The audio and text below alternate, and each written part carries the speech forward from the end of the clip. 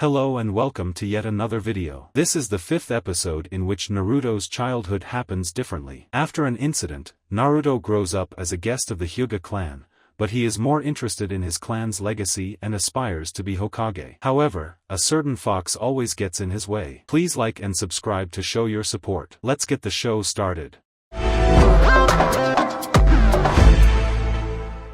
Yujito suggested that we start with the basics, saying, "Let's get started. You are part of a group of demons that belong to. Typically, demons are not present in our world, as per historical, scientific, and religious records. The Bijou are an anomaly. The range of tails in a Bijou is from 1 to 9. Naruto nodded as he spoke. In a similar manner, Jiraiya-sama conveyed to me something comparable. Yet, this is still a relatively infrequent knowledge among us. Each of the 9 Bijou has a unique appearance and powers, along with an additional number of tails. The Bijou are commonly viewed as not being animals or demons, but rather as massive clusters of chakras. This is the source of the fear that both regular humans and shinobi have towards the Bijou and our Jinchuriki. In response to the question, Naruto stated that power can cause fear. I was told by the Kyuubi that he had something like that before I spoke to him. The Bijou people have been the subject of human hate and hunting for centuries. Humans see potential in the Bijou's power, which is why they do this. The intention is for them to utilize it as a weapon. This is the aspiration that brought us into existence. At this point, we are at the intersection of humanity and Bijou, able to make sense of both. Naruto's reaction to understanding was a grim one. Jiraiya remarked, "How would you employ a power that you have no knowledge of?"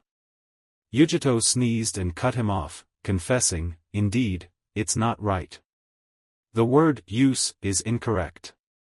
Why did you choose to use the term tool for the Kyuubi, even though Naruto had previously stated that he wouldn't want to be called a tool?" He was unable to refute the argument and did not have faith in his ability to do so. "It is likely that I am mistaken about him," Naruto said after a prolonged period of silence. "I don't think you can hold me accountable for your actions since the Kyuubi only want to torture you," Yujito stated. "I had the Nibi within me at birth, and I also grew up with a monster inside me. That is, at the very least, what I was thinking. My youth made me unenlightened about the events that occurred to me." Yujito's sigh reached deep into his mind. In the meantime, the Nibi was incarcerated and desperately sought refuge from her captors. As per Naruto, she was hunted down, attacked, and captured by humans, ultimately being locked up in one of its various chambers. If humans treated each other equally, how would she have distinguished them? She loathed me just as much as the rest of humanity. Finally, she came close to escaping, almost ruining my life. Without Jiraiya-sama, I would have died and Nibi was either released or confined to another fate. Jiraiya shrugged off his doubts, stating that he was in the right place at the perfect time. However, this also applies to the Bijou political context. Naruto asked, "Why is politics? Why are politics?" with a confused tone. According to Yujito, a Jinchuriki who can either use or cooperate with the Bijou who was sealed within them has powers that surpass those of orthodox shinobi. A fully trained Jinchuriki would not be the first opponent for a Kate. The fact that there is a secret competition in the hidden villages has led Jiraiya to conclude that the village with the highest number of Jinchuriki is superior. In this way, the balance between the powers of our countries is delicate in our world. A Jinchuriki's death will cause a disruption in the balance, as it will take some time for another fully formed one to emerge. The balance could be destroyed if a Jinchuriki passes away and the Bijou is able to escape, or he may be taken and sealed by another village. Naruto hypothesized that this would result in a Third World War, which could be the outcome of another one. Yujito confirmed by saying, "All right, absolutely. For this reason, Jinchuriki are usually kept in their secret villages to avoid being killed or stolen, while others fight wars out of fear of reprisals by one side. They rely on us not as weapons, but as a means of intimidating their adversary. A persistent menace that prompts any terrorist to reconsider their actions. Naruto inquired, do you mean all bijou are located in the 5 strongest secret villages? We are aware that 8 bijous have been taken captive, Jiraiya stated. The Rokubi's whereabouts are indiscernible. Yujito's expression was somewhat frowned upon. I was only aware of 7. Getting back to our topic, the focus is on the potential threat of Gaara being killed by someone. The loss of Suna's soul bijou could lead to another war. Naruto stated that attacking him is not acceptable, and he acknowledged the reason.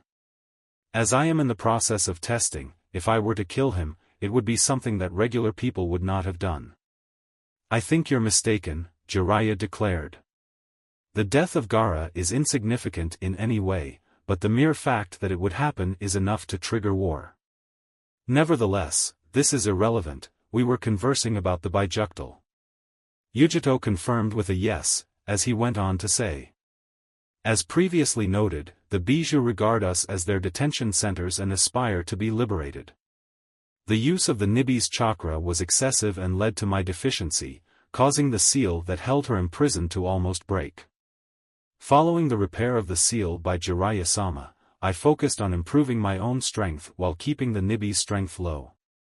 At that point, did you need strength to maintain your dominance? Naruto scowled, partially perplexed by the paradoxical nature of her narrative. Yujito smiled and replied, cooperation, submission. I was told to develop strength to earn the bijou's respect. Naruto, how can you be considered an equal in the war when one of your enemies is completely powerless against you? I gained enough strength to make Nibi recognize me and begin working on resolving our shared jailbreak. Naruto nodded as he spoke. Despite being trapped inside the Kyuubi, Naruto was also stuck in his own confines. The village's treatment of him led to his imprisonment. They had previously clarified that he was also held back in the international political system for his role in maintaining equilibrium among the hidden communities. Yujito's gentle smile conveyed that he had not found it easy while going through the difficult path. But from what knowledge can be deduced, it is the lone way for us to proceed. A bijou may be compelled to surrender by a Jinchuriki, but he will always seek an escape. At any point of weakness, there is a moment when death threatens to happen. The only viable option is for the Jinchuriki and the bijou to work together. To be sincere, I have not been able to match my fellow Jinchuriki from Kumo in this matter. I'm not sure how this will turn out. Naruto's expression was a frown when the Kyuubi thought this was quite comical. You may be weak, but you are still weak, Jiraiya said with a smile. You had no other recourse but to utilize the same chakra until now, and you lacked the capability to restrain it. As you age, your growth rate surpasses that of any typical shinobi. Yujito stated that the chakra will be pumped into your body as much as possible, according to his statement. I experienced a similar experience when I was constantly overwhelmed by chakra, leading to an exponential increase in the size of my chakra system. The body is compelled to adjust to the specific levels of chakras that most shinobis cannot comprehend. While the normal shinobi must work hard to increase their capacity, we Jinchuriki face constant challenges in both capacity and skill due to the abundance of energy within the Bija chakra. The more we fall, the more likely it is that we will lose our grip on reality. Naruto inquired if there was a way for me to develop greater strength. Jiraiya answered, I'm training. I had planned to take a break after the exams to train you, but I thought it would be beneficial for me to teach you basic senjutsu. Yujito's gaze widened slightly. That would be a positive outcome. Naruto, you require all the might you can muster, as the Kyuubi's strength is as remarkable as its hatred towards mankind. Your challenge will be more demanding than mine was. Your seal will not last forever, so you should make the most of your remaining time. Naruto inquired, is it malfunctioning? To some extent. Jiraiya sighed and said, no, while using his hands to calm Naruto. Nevertheless, there are certain types of seals that cannot be used without some degree of flexibility. Despite the Kyuubi's efforts to escape, the seal you were given by Yondaime is fragile and will eventually disintegrate. Nothing endures indefinitely. How many hours do I have left? Yujito asked in a melancholy tone. My seal almost collapsed due to excessive use of the Nibi's chakra. And I cannot speak for myself. I was affected, my perspective altered, and my will harmed by the influence of this chakra. Beyond the potency of your seal, you must also consider the power of yourself and the speed at which you employ the Kyuubi's chakra. The corruption is a slow process, and you will not even notice it. Naruto expressed his gratitude to Yujito-sama by changing the title to "Thank you." His life could have been saved if he had access to this information. I would have liked to exhibit the different stages that the Jinchuriki go through to transform in their bijou, but I have made a vow to not engage in such behavior outside my own village, as it could result in death or serious injury. Jiraiya inquired about the Raikage's opinion on Konoha. At last, there's a peace treaty, Yujito replied with remorse. Yujito asked if it was possible for him to take Naruto to your country and train under one of the Jinchuriki when he is ready. It is the responsibility of one Jinchuriki to assist another, but I cannot advocate for others. Especially with the potential to shift the balance of power among the nations. After consulting with Hokage-sama, Jiraiya remarked in a reflective manner that he would first request the Raikage to send him something. This could be a good chance to strengthen the relationship between Konoha and Kyumo. Yujito nodded as he recognized the wisdom of his action. Naruto's eyes glazed over, as he contemplated his team. If Naruto were to be separated from his friends, he would feel unappreciated. We'll focus on your chakra control first, Naruto, the woman stated. I am interested in discussing some particular issues that are relevant to Jinchuriki. Referrals to friends don't occur without reason. Does Naruto have such a strong emotional connection with them? Could it be related to Haku's intentions?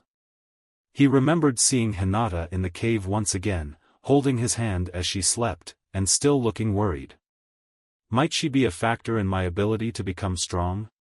Furthermore, Kiba, Akamaru, and some others may also have an impact. It would be the right decision to protect them. Despite the fact that I will never be with them, it would still be an admirable goal. Naruto reminisced about the time when she had saved him from the orphanages. He had always believed that the Hyuga's purpose was to repay their debt to him, as he had saved Hinata from harm. Naruto felt compelled to compensate himself for his actions. But when did I forget about my debts? When did the logic that I always followed disappear? Naruto. Upon arriving at the mess hall, Naruto was lost in thought and asked if Hinata had any thoughts or intentions. He noticed that there were several teams arriving during the day, and Team 10 was one of them. After ordering some food, Naruto went to sit with his teammates, Shikahama, Ino and Choji, at the same table. The sight of Choji's platter and the amount of food it contained made Naruto laugh uncontrollably. Choji, it's been a little bit late, Ino told her hungry teammate. Yeah. Despite being plagued by it for 3 days, the Akimichi managed to finish his food quickly and efficiently. I think you should have cooked some food beforehand, Kiba said with a smile. Shikamaru screamed, how can we be so disturbed about this training ground? The forest was a place of terror and nightmares.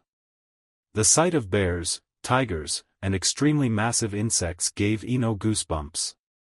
Hi, Naruto, she said. Where's your place? Naruto asked. I hear you. I was behind schedule because someone wanted to give me a bit of lecture. My behavior was a little off. What did you do incorrectly this time? Shikamaru chuckled, but his eyes appeared to be more focused. Which one is true? We briefed them on the eye incident with Team 7, as per Hinata's statement. Naruto had sufficient knowledge, as the Hokage instructed them to keep the entire Orochimaru situation confidential. Alright, that's fine. I sealed Sasuke's body to prevent the poison from spreading throughout his body after he was injured. Ino's stunned look prompted him to tell his son that he would make it through. I caused some difficulty by executing only a portion of the seal because I was also injured. In a curious question, Shikamaru inquired, who was responsible for poisoning him? Naruto lied and said, I don't know. As the conventional remedies were not effective, I turned to more extreme measures. For a brief moment, Choji stopped eating and let his appetite go. Naruto, the Akimichi, expressed his gratitude for helping other teams, even if it wasn't required. Naruto's expression was, I don't think I could hold him back during his final moments, as he proceeded to attack his ramen. It's a good question to ask. Not in the same place as the others, at least. The rest of the 48 hours were relatively calm for Team 8. Their recovery from the previous days was aided by talking, eating, and sleeping. Jiraiya occasionally passed by to inform Naruto that the Hokage had accepted him as his official apprentice. Naruto chose to withhold this information from his team for a period of time. Meanwhile, Naruto was also given a few hours of daily training from Yujito. It's gotten repetitive, Kiba complained, gesturing back and forth. Hinata gazed at the book she was perusing. It seems that she had somehow brought a book with her. Kiba expressed his desire to see him do something similar. His teammates may have enjoyed reading, but he didn't. It was more valuable than nothing. While reading, Naruto abandoned the scroll and produced a duplicate. The clone grumbled and proceeded to read. Can you tell me what happened? Did you happen to want to play cards? Naruto asked his bored teammate. Nay. Kiba replied. Or is there something else entirely? Let's take a look at that. Can you share your thoughts on our classmates' performance? Is it likely that some of you have a liking for certain people? Can you share your thoughts on this? It seems like you rarely discuss individuals. Kiba's expression was one of smiley. Hinata shed a tear of her eyes when she heard the boys. She expressed her curiosity and fear about Naruto-kun's perception of her. Naruto responded to the inquisitive Inuzuka by stating that there was not enough to say. I mean, I went to great lengths to make sure that people didn't judge me unfairly, regardless of whether they showed it or not. Shikamaru and Choji were the only two boys who had regularly fought with Naruto during their lessons on the academy, as stated by Kiba. Naruto said, they were always so friendly, eh? Naruto sighed and asked, what are your thoughts on them? Choji's personality is that of a very kind-hearted individual. He is somewhat insecure and perhaps too trusting and naive, but still very loyal, especially to Shikamaru. Shikamaru is a highly intelligent individual. He always hides it with his laziness, but I know he's much smarter than me. Kiba chuckled, I thought you were a genius. Naruto's response to the question, I am not, was a laughable one. The way in which Kurenai-sensei expressed it is unclear to me, as I am unable to plan or keep track of the minor details. She mentioned that I tend to lose concentration on my objectives and fail to consider the means to accomplish them. Shikamaru is the opposite of that, as he has the ability to anticipate and always pays attention to detail. I'm only a scatterbrain when compared to him. Can we draw a parallel between him and Hinata? Hinata aimed to express his dissatisfaction. Naruto replied with a shrug, yeah, before interrupting her. It's possible to infer that Hinata is a like-minded person who also has the responsibility of planning for the entire team. To rephrase, the strategists and team members are considered to be the brains of the organization. Hinata exhibited a blushing state. Kiba inquired, are the others included? I'm curious about your previous team, which was Team 7, as I never got to know Shino. I never conversed with him, and he never did. Sasuke's behavior is characterized by arrogance and bastardity. He is only capable of focusing on himself and disregarding the world around him. That's the reason why I feel a little sorry for Sakura. She has her admirable qualities, but she is unashamedly loyal to someone who doesn't reciprocate her affection. Taking into account the history of his clan, I cannot provide an answer to these questions. I heard you liked Sakura, Kiba said with a smile. She was one of the few people you tried to talk to at the academy. I was correct in my response. Naruto's expression was one, I lived once, and he shrugged it off. She yearned for validation and confidence in her abilities. It was within my understanding that she had a similar experience with me. It's clear that Sakura-san is afraid of me, right? She says, she is terrified of me. Kiba scowled at the thought that Sakura was the most intelligent member of our class. She appears to be unable to utilize her significant brainpower when she requires it. Naruto sighed and acknowledged that she doesn't seem to have the same temper as Ino. Ino is a more bothersome option than Ino. Although she may not have a strong inclination towards me, she'll persist in annoying you until she can satisfy her own curiosity. You're just as secretive, Kiba. Naruto scowled. Thanks to all of you. It's a reasonable assumption, Kiba suggested. He scowled. What about the rest of the team guy? Niji is a stuck-up idiot. I'm sorry to say that, but Hinata is truly culpable. He's a man who is too proud of himself, much like Sasuke. Rock Lee's uniqueness warrants consideration. Despite his goofiness, he is still a good guy. The girl in question is Tinten. Can you tell me about her? Don't be concerned, she's a lovely person. She is, however, quite strict. Despite being a kunoichi and lacking relatives, she must contend with significant discrimination. Despite not knowing her, people always doubt her ability. She is one of the most skilled kunoichi I know, and I'm confident she can become an outstanding ninja. And, what? Naruto's expression provoked a frown. Kiba chuckled, I thought you had a great affinity for her. Naruto's sigh was heard as he put his arm around his chest. What Kiba thinks of me is irrelevant, it doesn't matter. The opinions of others. These people are unaware of my true self and what I am. Nevertheless, a statement remains unconfirmed. Hinata began, but then stopped speaking once more. She continued as both boys turned towards her. Despite their lack of knowledge, they may not be able to change if they learn the truth.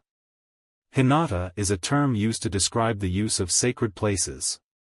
Naruto's previous cheerfulness was short-lived, resulting in a lack of happiness.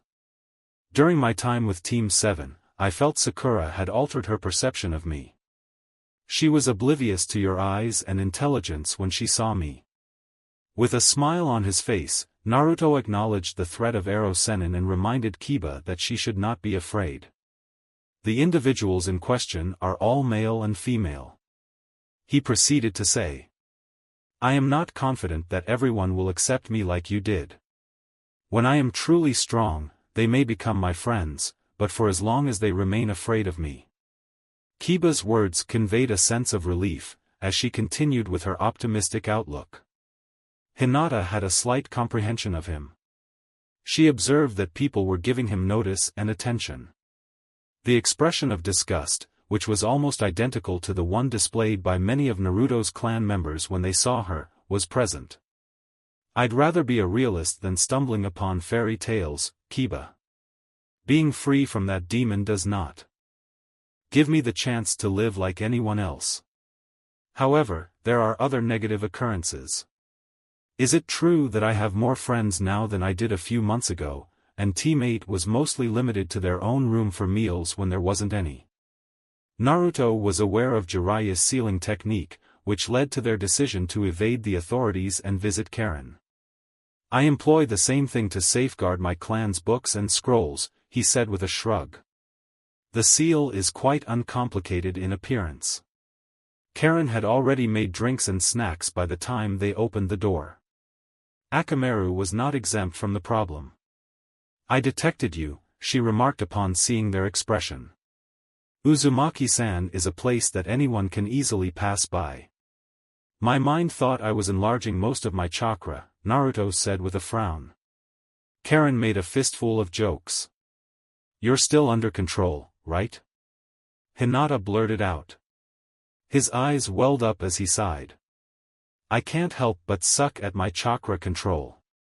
When Hinata expressed confusion over his understanding, Naruto responded with a simple, don't worry. I'm not a big fan of simple things, but I know they are usually impossible. Good day, Karen, she said with a smile. I'm not bothered by the presence of Chunin candidates in my room, but as long as I can stay in Konoha, it won't matter. Is your village a bad place? I'm afraid, Kiba inquired. I don't find me using other people's stuff appealing. The ninja way is all that and for all. I am indifferent to that nonsense if it is only an excuse to purchase and exploit children. Naruto's expression was one of a frown. I'm at ease with that statement. It appears that the current shinobi world only leads to problems. Kiba and Hinata appeared to be feeling uneasy, cognizant of their friend's uncomfortable situation. It's not a particularly troublesome situation, Kiba asserted. According to Naruto, Konoha is still performing admirably well. Considering that Konoha is a component of the system, I am curious about what could be done differently to improve it. Disabling the entire system or permitting it to persist. Revert it, Hinata whispered. If you were to become Hokage, Konoha would be able to change for you, and the world would follow suit. Naruto was puzzled by the girl's belief in him, to the point that he felt happy after seeing it. His ambition was never questioned by anyone. Kurenai was among the first to stand up for him. She declared that she also had a strong faith in him. Karen asked, why do you want to be a Hokage, with some excitement? I can tell you that your chakras have the ability to do it. She expressed her growing anger towards the idea of an orphan becoming a Hokage, which she believed would change the behavior of clans that were so self-important as to hoard all their wealth while the rest of the clan did not. Kiba apologized and said, sorry, that's not what you meant. Karen's realization that she had insulted her savior made her blush. While pondering Karen's words, Hinata looked in a frown. Kiba and Karen-san are likely correct in their assertions. The clans in Konoha are too isolated and preoccupied with traditions. Naruto joked that he could create his own clan laws at a young age. He didn't foresee the likelihood of reviving the Uzumaki clan. He had to rely heavily on the support of other clans to become the leader of a new clan, as it was uncertain whether he would ever receive any benefits. The first rule of principle is to prioritize equality, with daily ramen being the second rule. As you and your ramen, Kiba gasped with delight, Akamaru smiled. Kiba told Akamaru, you shouldn't have eaten that much. The young dog was fed with pleasure by Karen and then consumed by Kiba, who had to carry him back to their rooms. Naruto smirked, Karen is aware of how much love you have for Akamaru. Without question, Naruto replied with a smile and innocently said, I don't know anything, as Hinata looked at him, while Kiba kept his gaze down. Hinata had hoped to speak, but then abruptly fell short.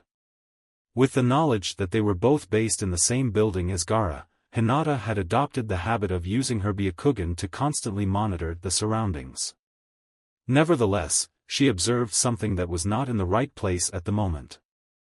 Our room was snuffed out by someone, she said, and Naruto disappeared. Gaara, was the question that the blonde Kunoichi inquired. You're not smart enough to be here, she sighed. Temari and her elder brother Kankuro had lost touch with him once more. During her time at Sunagakure, Gaara did not seem to be bothered by her annoying tendency to disappear. The proximity to him was a source of considerable danger. To allow him to roam freely in Konoha. The fact that her younger brother was fixated on the blonde genin, who had chakras that were as massive as his as she knew. She was concerned that Gaara would attempt to run after him, but their room was empty. You're a bad guy, she intoned under her breath. Whereabouts are you at the moment? The noise from the crash caused her to fall onto the ground before she realized it. Her throat was crushed by a powerful hand. She gasped for air as she gazed into the eyes of the blonde boy who had dared to challenge her little brother. "What's your name?" The boy commanded someone to speak, but his voice was not the same as his. His voice was so powerful that it erupted from almost more growling than spoken words, and his entire being exuded an inhumane hatred and fury. Temari was unable to articulate words. With his likeness to her brother, he was a monster. Her fear was palpable as she desperately tried to flee. Despite her efforts, the boy's strength was too great for her. "Why does this little mouse sneak in? Are we setting traps?" The boy muttered, "Do you really think I'll be killed? What are you up to?" Naruto asked. "Come on, folks," was how the Kyuubi expressed with a smile. "Assuming you receive a small lesson. The unintelligent lady causing you to imagine her exerting control over me." The Kyuubi exclaimed in amusement. "Look how I'm going to choke this girl." Naruto's anger grew as he asked, "How much do you have control now, weakling?" With a smile on his face, the Kyuubi said, "Good, good. Your anger gives me more strength. It's unfortunate that you didn't lose your coolness during the presence of the white-eyed pig." "Yeah, I'm done," Naruto yelled out. Temari observed the boy's face as she put an end to her struggle. Despite his eyes remaining crimson, his voice had returned to its typical tone. The malice that had been leaked from him also came to an end. However, the hand that was wrapped around her throat still squealed.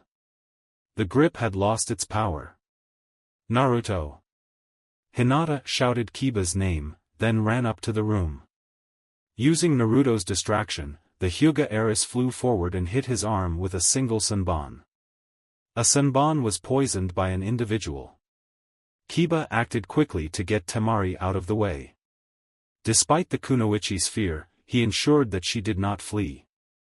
Kiba, too, was curious about what she was doing in their room. The focus of their attention was on Naruto. Their most significant peril was. Are you familiar with Naruto? The two distinct categories of chakras were observed in Hinata. The struggle for dominance was evident in her Byakugan. Naruto's vulnerability was revealed to her for the first time since their meeting. "You're under the impression that a small amount of poison is enough," Naruto said, his eyes reflecting the fox's amusement. Tears streamed down her face, as Naruto required something to soothe him. "Naruto. It is your request that you don't quit." Hinata ceased her shivering as Naruto's eyes caught sight of hers. Her fiery and bestial eyes had replaced his gentle blue eyes, creating a merciless appearance. The poison that caused paralysis had left him with his left arm pinned to the needle, making it difficult to lift his right arm. "It's not a question of course." Naruto spoke in an erratic manner. "Is it accurate to say, none? Is it true that, no, is a valid question? Don't waste your time thinking about what you can get." Hinata was unable to make sense of the situation. His gloomy expression and melancholy, his predicament.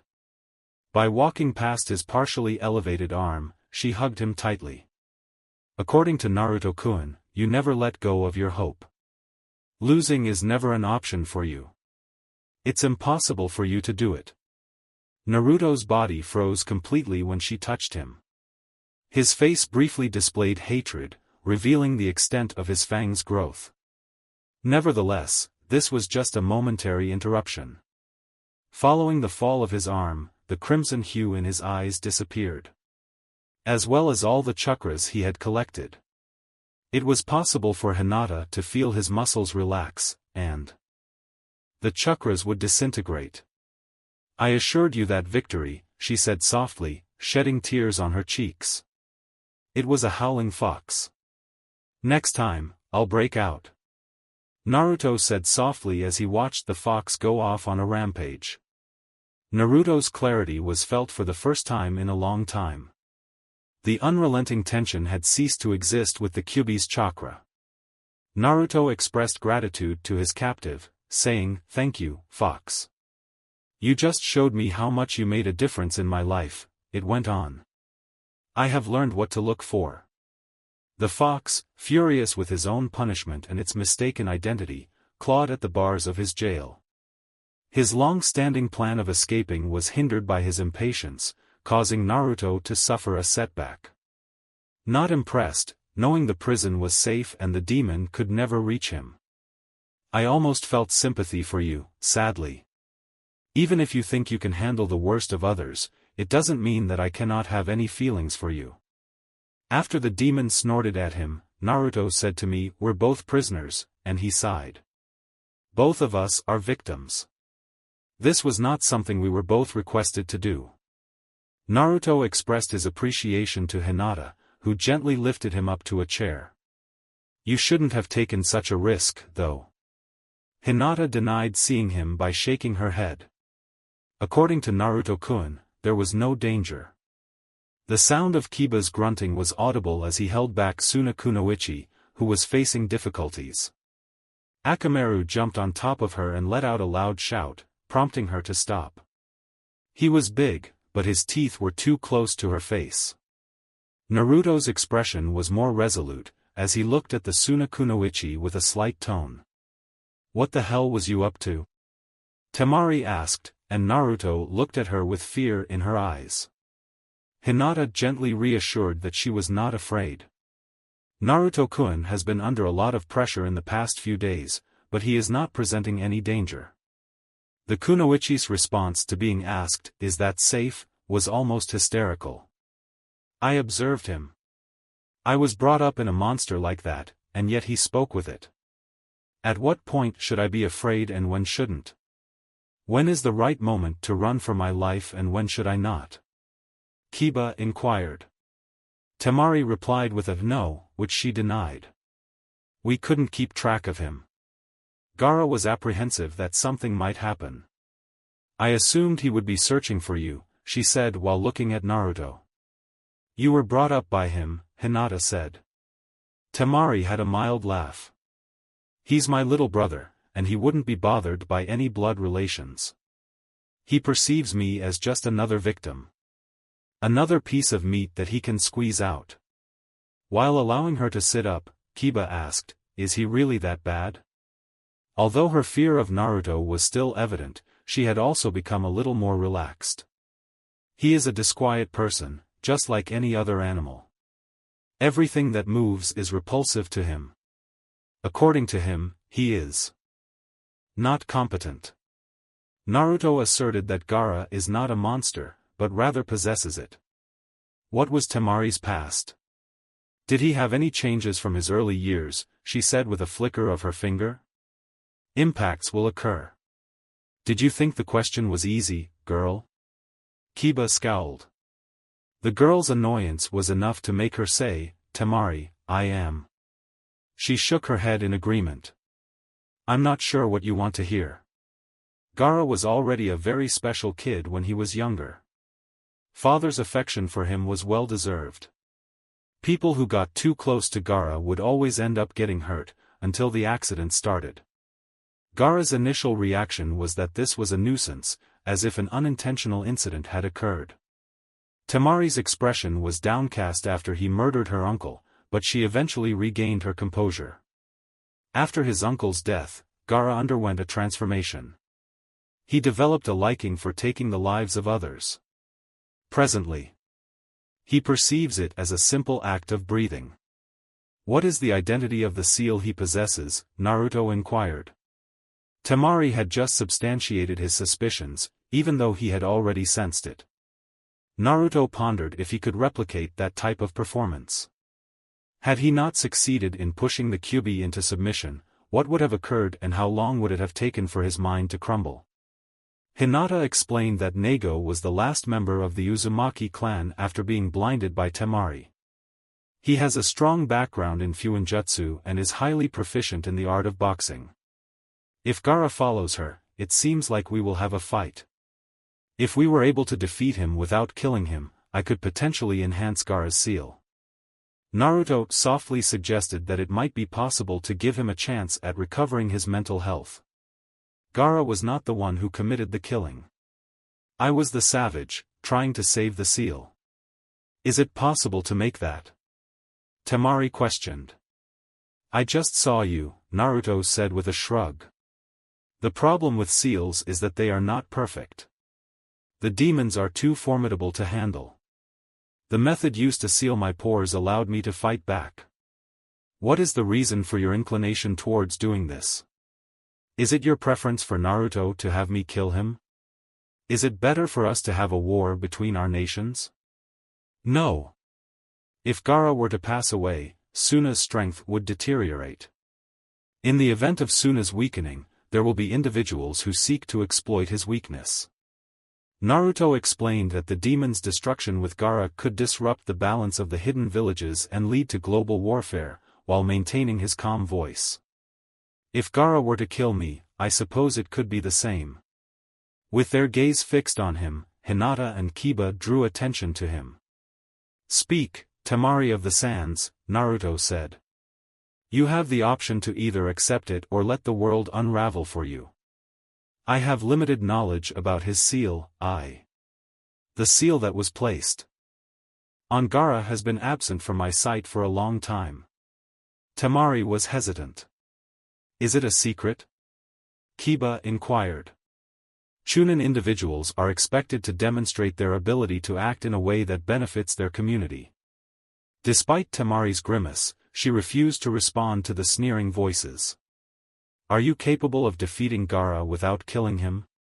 You just said I'm a monster, right? Naruto asked. I understand the danger, but if you believe there are ways to avoid war, then why not join us for Fuinjutsu? It's an exam that is allowed, so I wouldn't violate any of the rules.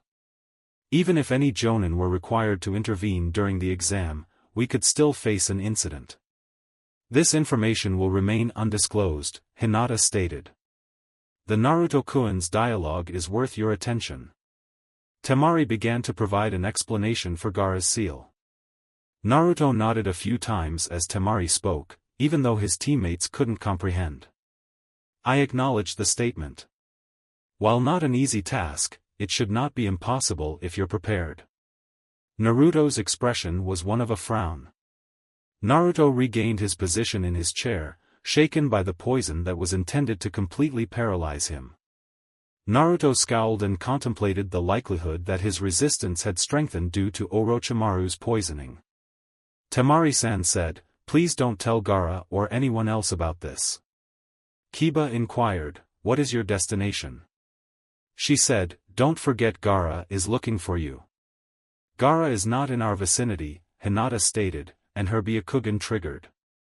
He said, he is on the 3rd floor, talking with this tall man and this chap with only eyes. Our Jonin-sensei is that. Baki-sensei stumbled upon him.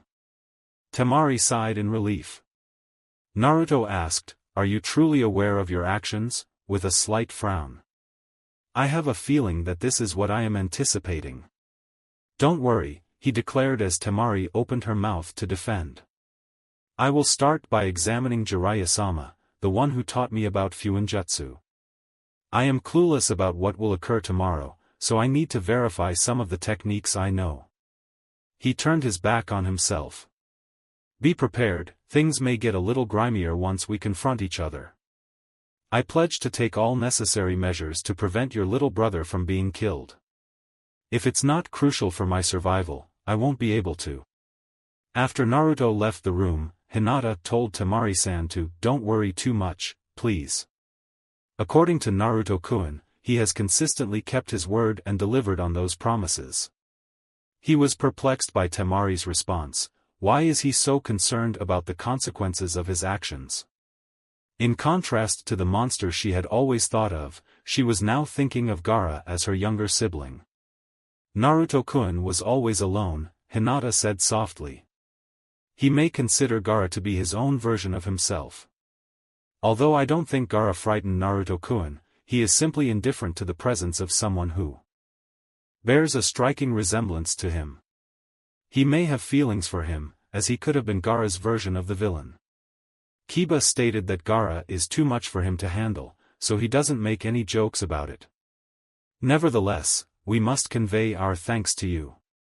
You provided him with a solution that does not require him to kill Gaara.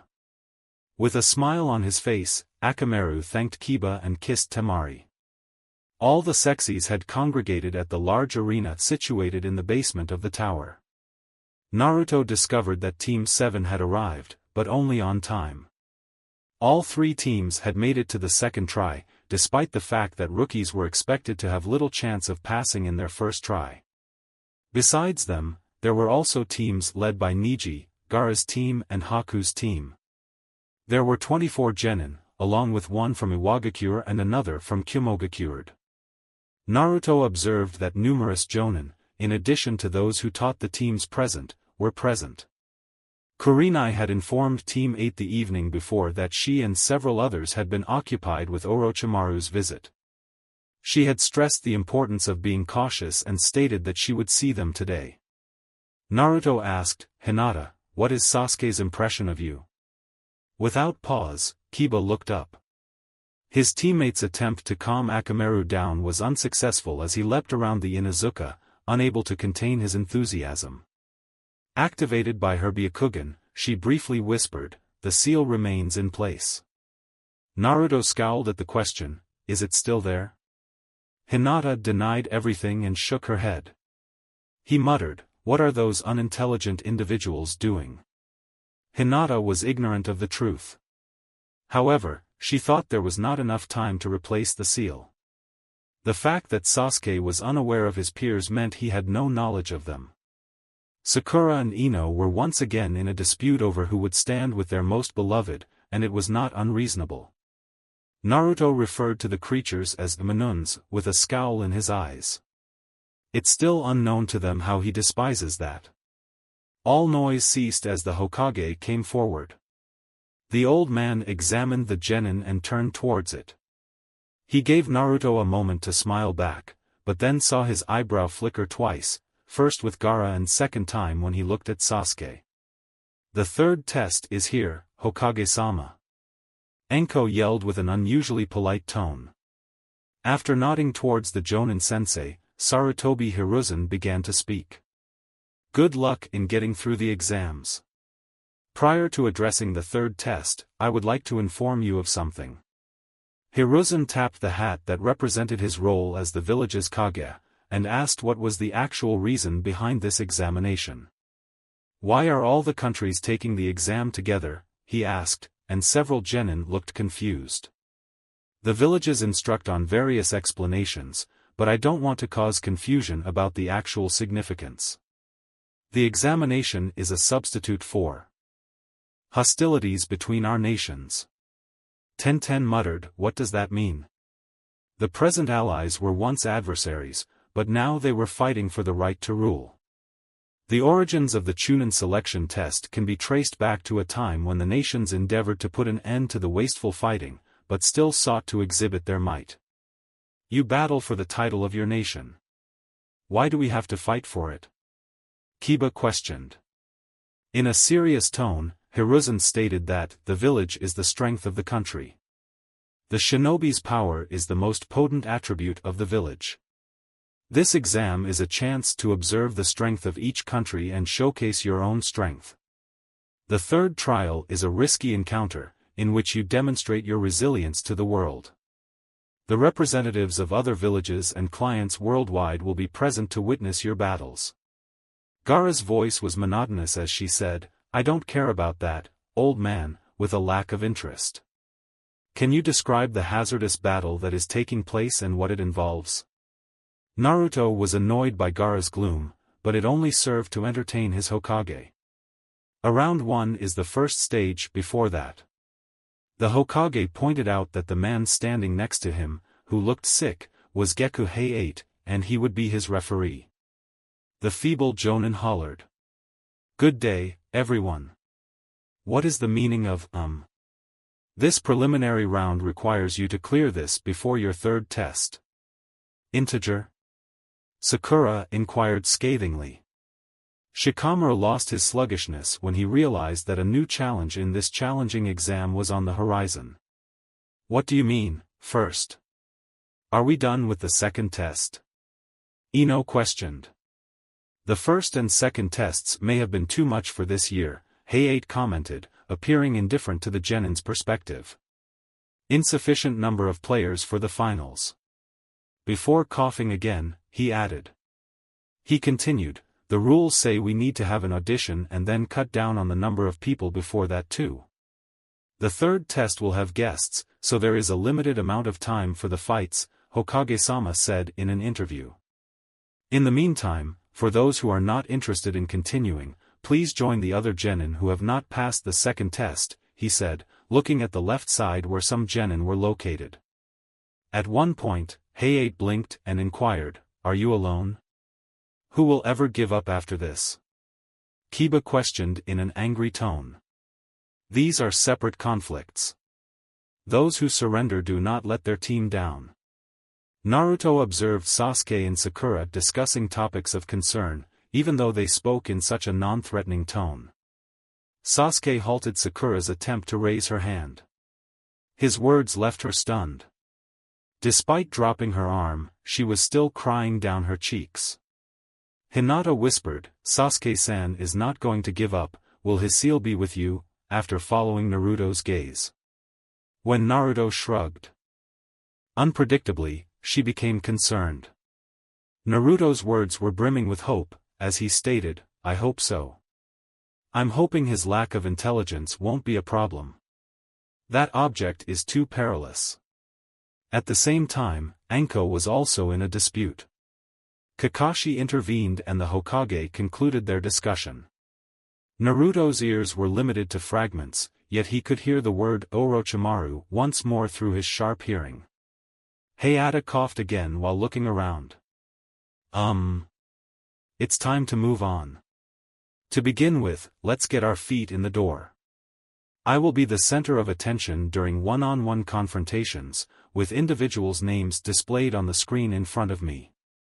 He pointed out that those who have to wait for their turn go up the stairs to the upper level surrounding the arena. I'll say, I think. We don't want to increase the number of dead bodies in vain. When it's necessary, I'll take action to halt doing something. Let's start with the beginning. The first two names behind Hayate were revealed. Tadaoki is the name of the person Tenten would have to confront. Naruto said, it's good to see you, when he passed her. Don't be too bold, he said with a smirk. Naruto was absent from the morning training session with her teammates. Although Guy and Lee appeared somewhat insane to Naruto, Tenten had always been a pleasant person. Their training method was the only one that truly drained him. Kurenai, who enjoyed his time with Team 8, never took her genitals as seriously as Guy did. I'm not going to shame anyone, the girl replied with a smile. Of course, you're not the only one, of course. Hinata was taken aback by the way the two genin communicated with each other. Naruto hardly ever made jokes with other people. While the others made their way to the top floor, Tenten and a genin from the hidden stone, Tadaoki in particular, stayed with Hayate inside the arena. As the Hokage sat down, Jiraiya passed Team 8 and proceeded to pat the head of Naruto as he joined his formed sensei. Just like the other Jonin sensei, Kurenai went straight to her team's door. You have made it this far, she said with a smile, and then hugged Hinata who seemed timid. I'm pleased you made it this far, despite the challenges you faced. Naruto looked at Sasuke, but Kiba and Akamaru were content with the compliment. Hi, Senio, how's it going? He nodded. Kakashi-senpai expressed that there was not enough time to redo the sealing, Kurenai acknowledged. The seal's strength was unexpected, even though it was not fully sealed. Naruto, you have become much more mature than your predecessor. Naruto felt a sense of shame and discomfort in response to the compliment, but he still managed to keep his cool. Let's start now, Hayate pleaded with them. The genin and their sensei were given the responsibility of studying individuals they may face in the final exams to enter the arena. Tenten lowered his head, but the stone genin appeared to be unconcerned about his opponent. Despite having a strong physique, Tadaoki's face, which was almost entirely covered by his spiky black hair, did not suggest that he had an exceptional level of intelligence. Tenten threw a series of kunai and shuriken before jumping back. In order to prevent Tenten's weapons from reaching him, Tadaoki put on several hand seals and erected a stone wall. Tenten removed the two scrolls with a slight frown. Her actions of jumping up caused both scrolls to be released, and they now encircled her like a winding staircase. She proclaimed, "Twin rising dragons," and unleashed a range of weapons that attacked the stone genin from both sides. Tadaoki repeated his first move, and encircled him with stone walls. The kunai Tenten hurled was covered in explosive tags that caused it to detonate, leaving her looking confused. Tadaoki endeavored to exit, but was instructed to decelerate. He collapsed, his limbs immobilized with numerous shuriken and senbon. Tenten had managed to avoid any fatal wounds. Naruto ingested the food. "That's a remarkable amount of skill," he acknowledged with gratitude. It was not just about her goal, but also about the speed with which she drew her weapons from the ceiling scrolls. "She put in a lot of effort to train Naruto-kun," muttered an energetic voice. While Naruto looked on, Rock Lee stood beside him. Lee's teammate Neji was more friendly, although he may have been overly enthusiastic. Naruto's clothing and eyebrow sculpture were too much to handle, but he had a great affection for his fellow character and former trainee. Lee was one of the few individuals who managed to elude Naruto's sentence. His persona was particularly contrasting with the introspective and unapproachable Nijibo. Despite his father Hisashi's frequent training, Naruto had few interactions with Neji. Neji's behavior matched that of many others in his family, making him feel superior to everyone else. Naruto was aware that he, like many members of the Hyuga clan's branch family, had a strong dislike for the main family. Naruto was unable to comprehend why Neji behaved so unfavorably towards others. According to Naruto's grunting, "I was aware that the training she underwent improved her performance. We can only grow when we challenge ourselves," according to their sensei. Lee's older version, albeit unlike him, was evident. Naruto had to adjust his behavior, and the attire on adults was even more peculiar. The Jonin extended his hand. "It's been a while, Naruto-kun. I've been hearing rumors about you lately. I'm eager to see if you have made the same progress as my team. I doubt anything has changed." Naruto exclaimed softly. "I cannot even keep up with my insane velocity in a pure taijutsu duel, which is not feasible." Tenten's teammates shifted their focus to her as soon as she walked up to them. She greeted them with a smile and they congratulated her. Lee remarked, "Tenten, thank you." Naruto uttered the words, "Glad, I don't have to face you," in a dry tone. He surrendered to Hinata. "The explosive tags wouldn't have caused much damage, but it would have ruined my new clothes once again," he said, hoping to give her some hope. The Hyuga girl appeared to be somewhat apprehensive now. "You didn't realize you were familiar with Neji Nizin's team, Naruto-kun," Hinata said. Despite Neji's repeated failures to distance him from his sensei, Tenten herself stood there with a slightly awkward face. "I was part of Team 7 and I teamed up with Lee and Tenten to train every morning. Lee and Gai-sensei are both odd, but Tenten is surprisingly charming." Naruto replied that she is a kind person who can be harsh even if someone does something wrong, and the latter is somewhat direct. "I never found any reason to worry about it, as they did not bother me at all. You are aware of this." Tenten's proficiency in Fuinjutsu is noteworthy, given his level of expertise. Naruto's depiction of the girl made Hinata feel a little jealous.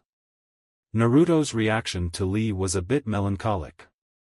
"Despite my lack of skill in taijutsu, I have been unable to match Lee's performance, even when he is carrying his own weight. The only thing I could see was a green blur. Ever since I joined Team 8, I haven't been able to engage in much sparring with him." The words, "damn it," have been repeated over and over again. Naruto was able to avoid Kiba's distraction of his eyes while gesturing towards the screen. Gaara is about to initiate her journey. In the face of a Kirigakure individual. Naruto's gaze descended, leaving him uncertain about what to feel or anticipate. He acknowledged that he was happy to have avoided Gaara, but there was also a desire in him to move on and let his relationship with the other woman end. According to Naruto, Haku urged his teammate to surrender, and Zabuza, who was the team sensei from Kurenai as well, appeared frustrated. The boy was unyielding and retreated as he decelerated. It was unexpected that the fight would be so brief. Gaara used sandpaper to grab Hayate's opponent before the duel could be settled. With a mischievous expression, Gaara whispered, "Sabaku Q," as he looked up at Naruto. The young shinobi from the concealed mist was killed instantly after being subjected to intense force.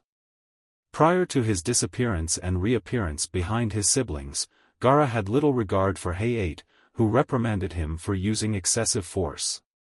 "That's not surprising," Kurenai remarked with a harsh tone. Despite being warned, he still joined the fight. "Don't be fooled, you're not going to survive," she warned her genitals. Haku showed some respect towards his opponent by looking at him. Kumo's dark-skinned Omoi appeared to be easily matched by him. Not a single person achieved such feats. After several minutes, Haku was unable to find an opening and had to dodge a few attempts. Himself. Haku expressed regret by saying, "I apologize," before executing his jutsu. The arena was submerged in a small amount of water, leading to limited visibility. Omoi wondered, what is he going to do? Is he a female? If I mistakenly believe she was, if she is male, she may be upset with me, but assuming she's male could lead to her being angry. "Shut up," shouted his irate teammate from the stands. Omoi chose to use a Raiton to bring down his opponent. He observed his opponent lifting one hand while he was initiating his hand seals. Haku expressed his sadness by saying, "I have to put an end to our fight," with a small expression. "I am not aiming to resolve this by winning." Omoi was impressed by the appearance of several ice mirrors surrounding him. The expression that initially brought joy quickly transformed into dismay, as Haku vanished into the mirrors and needles rained from every direction. The sight of the ice mirrors left Sasuke feeling defeated, causing him to grimace. However, things would change for the better. Sasuke was aware of the power that would be available to him, regardless of whether it was sealed or not. Once Naruto regained his ability, he would be forgotten. The fact that Naruto had shattered his power left Sasuke feeling even more infuriated. Sasuke's expression was a look of fear when he saw what could have happened. He was envious of my abilities and believed that I had greater potential than his own. When faced with Haku, he employs the same technique. Naruto instructed his companions to simply surrender. The flanking team of Team 8 was joined by Guy and Team 10 who listened attentively. "What's your understanding of that method?" Shikamaru inquired. Naruto responded to Haku's statement, "I was on a mission and I encountered him." Being accustomed to such swiftness and those cold needles are both impressive. In my opinion, Haku is one of the most robust male candidates in the upcoming exam. Neji maintained a low gaze. Haku's Byakugan revealed the damage that Jutsu had caused to him, and he smiled at it. If Naruto believed that, then he was of good physical shape. After Haku apologized and promised Omoi would be back to health within a day, the first member of Team 10 had to go downhill. "Ino-san, wish you good luck," Hinata said. Another genitalia, Karui, had been drawn by Ino from Kumo. Regrettably, the Kunoichi were both short-tempered, and Hayate had only the opportunity to say, "begin," before they launched their attacks. Karui, like Omoi, had a dark complexion. With her long, red hair and bright yellow eyes, she had a charismatic presence. Shikamaru had never seen a girl so troublesome like his teammate before. Karui, like Omoi, had a strong need for the use of kenjutsu in his martial arts. Regrettably for her, Ino had the advantage in speed and agility. The Kumo girl's sword was ineffective against Ino, who only possessed a kunai. Something Ino did not overlook. After Ino had whispered something, Karui yelled out in response. Karui's rage reached fever pitch as she lunged ahead. Despite being hit hard, Ino was able to avoid hitting her opponent and use her left foot to bring him back down. With the initiative, Ino hurried and wrestled the smaller Kunoichi to the ground. After a brief period of disorder, Karui rose to his feet, while Ino remained grounded. Unconsciousness, what is it? The remaining genin of Kyumo smiled from above. Karui's smile turned into confusion when she raised her hand. I give up, Karui said in a composed manner. Hayate glanced at the redhead and then blinked. Are you convinced that you must surrender? Karui's response was one of denial, but he still managed to hold down his weapon and compete. As if you were going to do it, Hayate replied with a shrug. Yamanaka Ino emerges victorious in the match. Karui yelled out, "What did you say?" and looked around in confusion. Hayate surveyed her surroundings. You've surrendered, and now your adversary is winning the game. Let's move back and start the next game, he said in a disengaged tone. As Ino stood up, she smirked and said, I told you, you had no chance. It's not a secret, she said in an unsettling tone, after Karui asked for her to disclose the truth. Uzumaki Naruto vs Rock Lee, as stated by Hayate. You two, your fight is finished, he added, his frustration towards the girls who were quarreling outside the arena. Oh, wow, Naruto muttered. Soft brows are not the norm. Lee's expression was one of a smiley, wide-eyed glance at him. My anticipation has been heightened for our upcoming duel, Naruto-kun. Kiba remarked, that's not the point I was trying to make out, and proceeded to give it our all.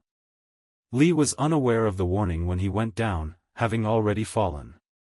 Naruto-kun was warned by Hinata to be cautious, as she said softly.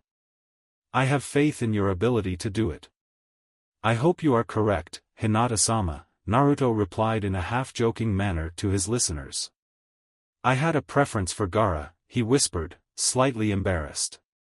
After Lee's actions, Naruto jumped to the right while Hayate announced their plan to start. Naruto had stated that Lee was swift. His pace was not as fast as Naruto had predicted. Are we holding back?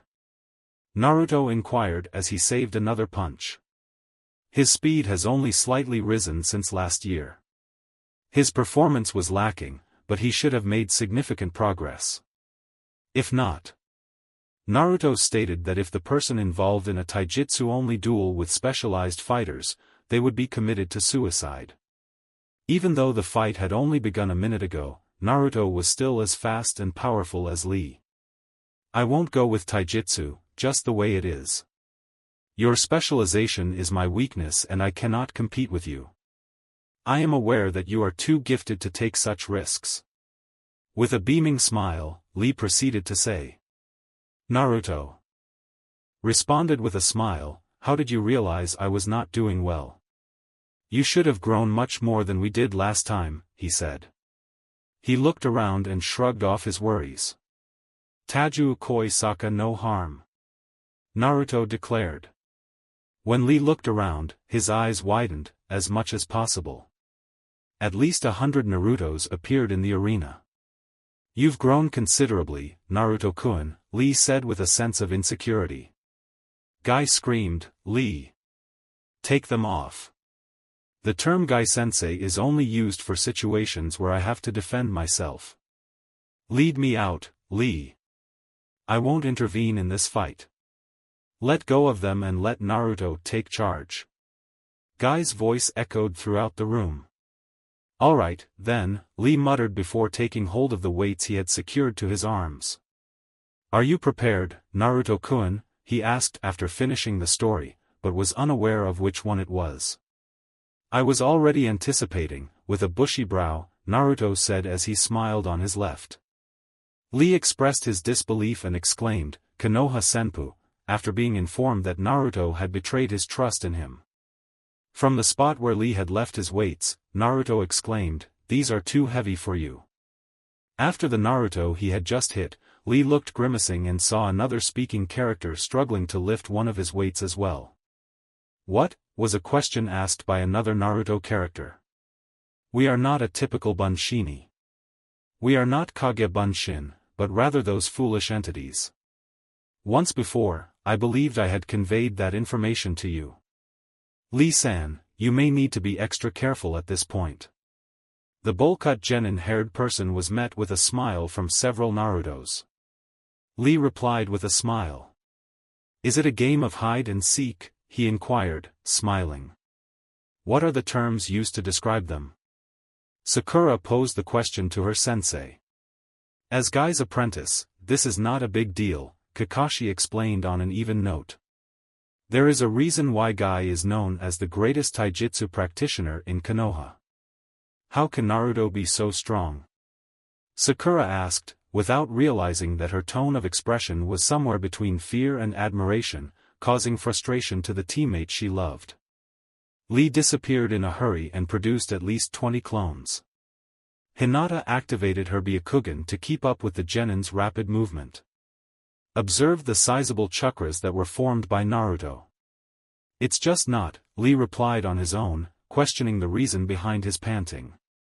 At this point, he had eliminated almost half of the clones created by Naruto. Are you ready to retaliate? Lee asked with a frown. Two Narutos chuckled and shrugged when they were asked, who said you don't? If you're willing to give us more time, we can do that, another said. Fuinjutsu, gravitation seal, was emphasized by several Narutos. The weight of a mountain hit Lee, causing him to fall to the ground. He felt a decrease in weight as he tried to stand up again, and eventually let go. 7. Clones had forfeited their chakra supplies in the attack. Lee-san, I need to continue for a bit more time. The seal's lifespan is brief, particularly when you face a particular test like that. Lee. With a worried expression, Guy spoke, she said. Lee's Byakugan made Neji look unusual, but Naruto seemed to be patient until he had worn out. In what way was Lee influenced by the blonde genin? Kakashi softly responded, saying, Guy, let's not give up on this match. He added, he has seals on him. Naruto has already confined him to his vehicle. Kakashi discovered his Sharingan samurai when Naruto created his Kage Bunshin army. Regardless of Naruto's plans, Kakashi was aware that he would need the Sharingan to ensure his success. The outcome could be similar to the time Kakashi initially tested him. He believes that the act of being embarrassed by a genital injury is an excessive amount of time. Naruto was doing something, Guy exclaimed without any indication of his usual smugness. Nevertheless, this would be a much higher level of disappointment than my initial expectations. I'm aware of it, Kakashi stated. If you don't pay attention, he is going to surprise you all the time. Naruto has been putting more than enough time into it, and that's why I warn you. As for Lee, as I uttered, so be it, Guy declared. Lee, exclaimed the Jonin. Get out of here. Sasuke yelled. Lee looked up at his shouting sensei and nodded in agreement. Naruto was taken aback when Lee suddenly increased his speed again. His clone army was quickly destroyed by the heavily haired genitalia. He maintained his speed without any decrease. For Bunshin encircled the real Naruto, while Lee destroyed the final 5 outside the barrier. Why are you hiding? Lee asked, expressing her disappointment. Naruto's response to the question, now is the right time for you to take a few minutes and let you know, was dismissive. Remain in place while you can avoid bushy eyebrows. I'm not interested in hurting you, so don't force me to beat you up. I refuse to give up, Naruto-kun. You are cognizant of the reason. I will always be resolute and determined to persist. Naruto nodded and said, you can do what you please. Naruto expressed a somewhat regrettable tone, saying, the cluster sealing technique commences. The name Naruto that Tenten used made her frown and look down at him.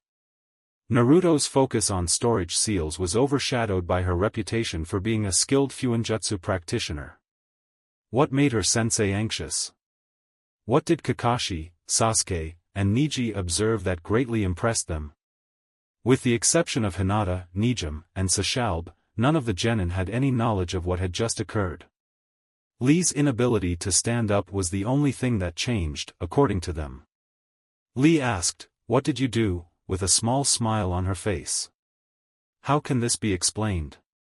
Naruto referred to weight seals in his writing. Each time you shattered one of the bunshins, it caused another seal to appear on your body. Your body would probably have a weight of 8 or more, according to my estimation. At present, there are approximately 2,000 pounds. To be honest, I couldn't keep up. It's clear to me that I apologize for my use of an unprofessional approach, Lee. It's better for me to do this than doing something that could potentially kill or damage you. Due to your swiftness, I was left with no choice. Lee smiled and replied, "No, that's a fair approach. Nevertheless, I am left with no choice but to rely on this alternative." Naruto observed his adversary's sudden appearance of chakra radiance. The redness of Lee's skin was evident. The third statement is made on the third day of a 3-part period. Life Gate. Open. Lee declared. Naruto's only warning was that his barrier had been smashed. Naruto experienced a strong shock, and he felt his body lift up, while also tasting blood in his mouth. Jiraiya gasped in shock while watching Lee repeatedly punch Naruto, before the genin took hold of his opponent with the bandages he had around his AMS. "This is a risky decision," he muttered to his former colleague. He said. The words, "we should dash," were uttered by Hiruzen. "Jiraiya, we have not yet made contact."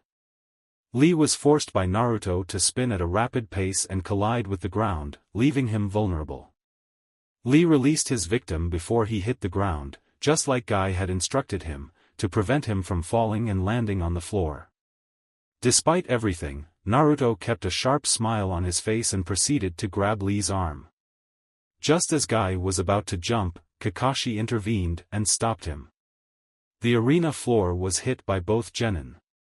Gekko Hayate was fortunate to be standing at some distance, but his coughing remained uncontrollable due to the dust that was blown up upon impact.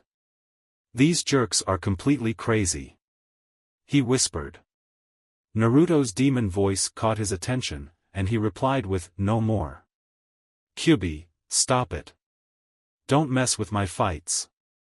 The fox had an innocent demeanor. "I'm here to aid you in your battle. Let's keep the duel a secret, I don't want to hurt Lee." Tisk. "These minor emotions of yours. You used to always trust your instincts and knock down those who were trying to harm you. You're losing your stamina, Kyubi," he said with a frown. "In the past, you would unreservedly take lives." Naruto replied by saying, "I sense the malice in others, because of you. Lee did not mean to kill me, unless you've completely lost it. Hell, he has no dark side. He's nothing more than a human being. By default, he is considered scum. I believed you had finally conquered those unsatisfactory emotions." Naruto's response was grim, "It doesn't matter. Regardless of my identity, I am still the same person. Despite being perceived as a monster by others, I am still alive and well. I will not behave like that. I am responsible for my own destiny and not anyone's." Lee was able to escape the Kyubi's chakra, which had shielded Naruto from the impact. Lee had manipulated the characters in the brief moment of distraction from Naruto to make them fall first. Lee was left in a state of confusion and disorientation after the crash, while Naruto quickly moved away from the scene. Despite the dust that had covered his room, he couldn't remember where Lee was. As the dust cleared, the audience observed that both boys remained standing.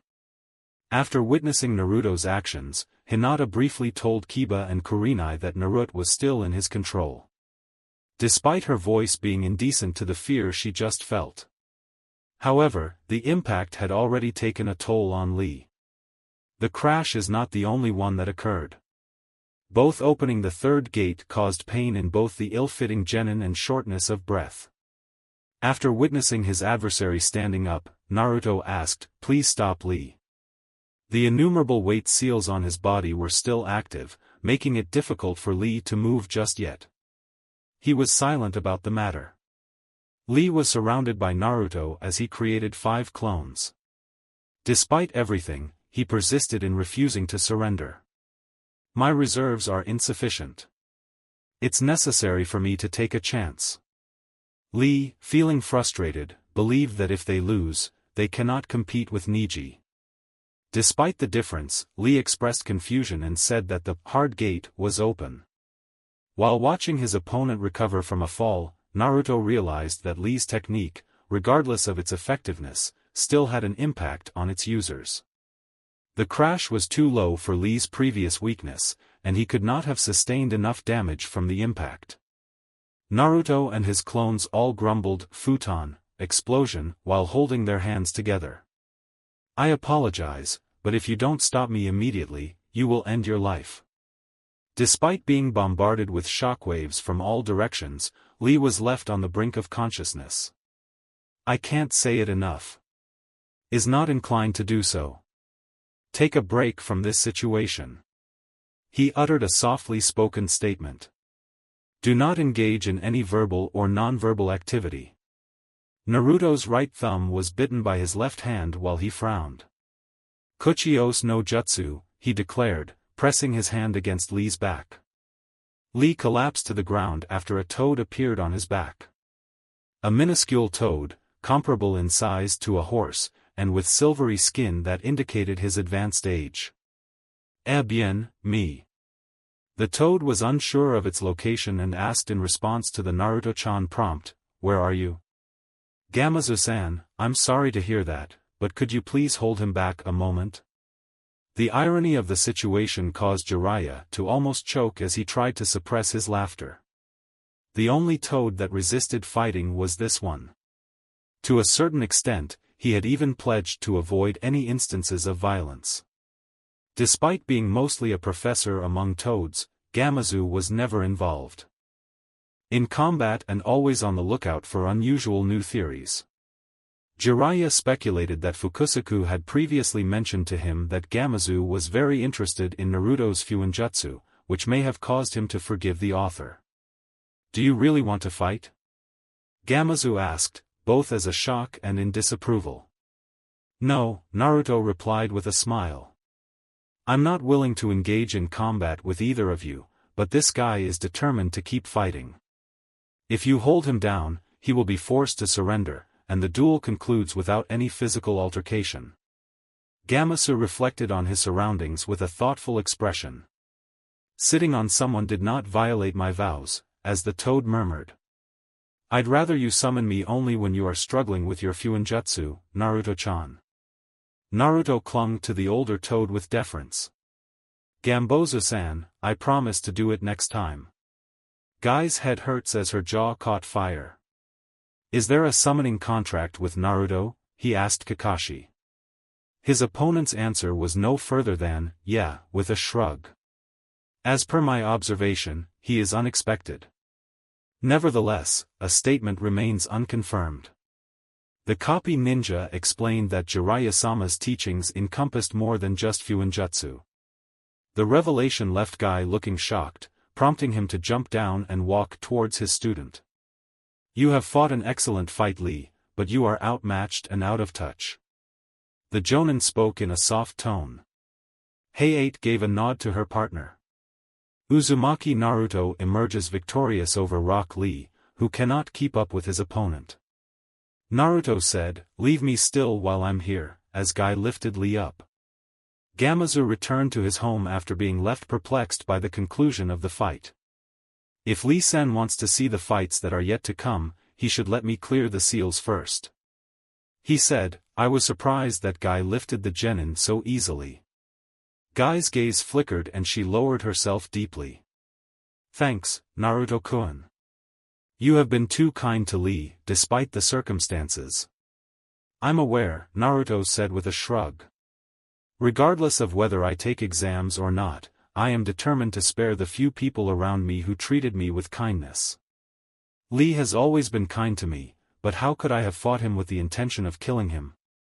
Guy cautioned that others may not be as kind as Naruto did. In the finals, you cannot afford to be held back. Konoha's strength is of greater value, but kindness will be perceived as weakness by foreign shinobis. The Jonin's eyes were scrutinized by Naruto. I'm often labeled as a monster by others, but I won't be one of them. My path will be set in motion by me, with my own nighthouses. Shikamaru's lack of laziness was once again highlighted by saying, "Wow," indicating his willingness to take risks. Ino's disapproval of Naruto was evident, as she looked on with astonishment. Shikamaru inquired of Kiba, "To what extent were you putting on weight during the last time?" Kiba gave a shrug and remained unimpressed. "My mind is blank, I don't even know what that lunatic chakra he has." Shikamaru's expression was one that indicated he didn't smile. Asuma stated that his genin was lacking in the necessary qualities to promote strength and skill. Naruto's abilities were unexpected, as I had not anticipated such a feat. Who knew he was about to fail his new bet? After exiting the arena, Guy, Lee, and Naruto walked through the doors that led to the infirmary. Naruto stated that he could only place him in this location. "I'll need a few minutes to remove all the seals." "Thank you, Naruto-kun," Lee's expression softened as she thanked him. Although Lee appeared to be unaware of his surroundings, he was not completely unconscious. Guy's worried tone was, "Let not wander, Lee," she said. Opening the fourth gate while feeling fatigued. The Jonin whispered, "What were you thinking?" He stated that Naruto waited almost 10 minutes before removing the final seal. "Thanks, Lee-san. Let's take a break from everything and drift off. Regrettably, you cannot triumph over Niji in the exam." According to Lee's weak grin, Naruto-kun is fine. Niji was unable to provide me with such a battle. I will do my best and beat you the next time, so kindly excuse me from Naruto's tardiness as he realized that a few of his fights had already taken place. Upon entering the arena once more, he observed 2 medical personnel carrying Sakura. They were followed by Ino in a short time. The last Kyumo genin, who was standing in for Sakura, advanced to the top. Naruto promptly joined his team, feeling uneasy under the watchful gaze of others. Shino emerged victorious over a stone genin, right after you left, Kiba declared to Naruto. Afterward, Temari emerged victorious over Choji. Shikamaru expressed his dissatisfaction by saying, "I have no intention of standing up to her in the finals." Choji's vulnerability to being fooled was not an easy one, but he should have kept his distance from it. "Ah, no," was Kiba's response after he said it. The genin's head made Akamaru feel slightly uneasy while he moved on it. She had the advantage with her futon jutsus, even though Choji may not have been attracted to her feint. Shikamaru pondered, "Why do you think taking away her fan when you can fight her? Look what that would have done me." Hinata stated that the most recent battle was a short-lived one, with Samui from Kyumo and Sakura-san being the last 2 opponents to engage in combat. Samui's kenjutsu techniques are similar to those of her teammates, and she is also fast-paced.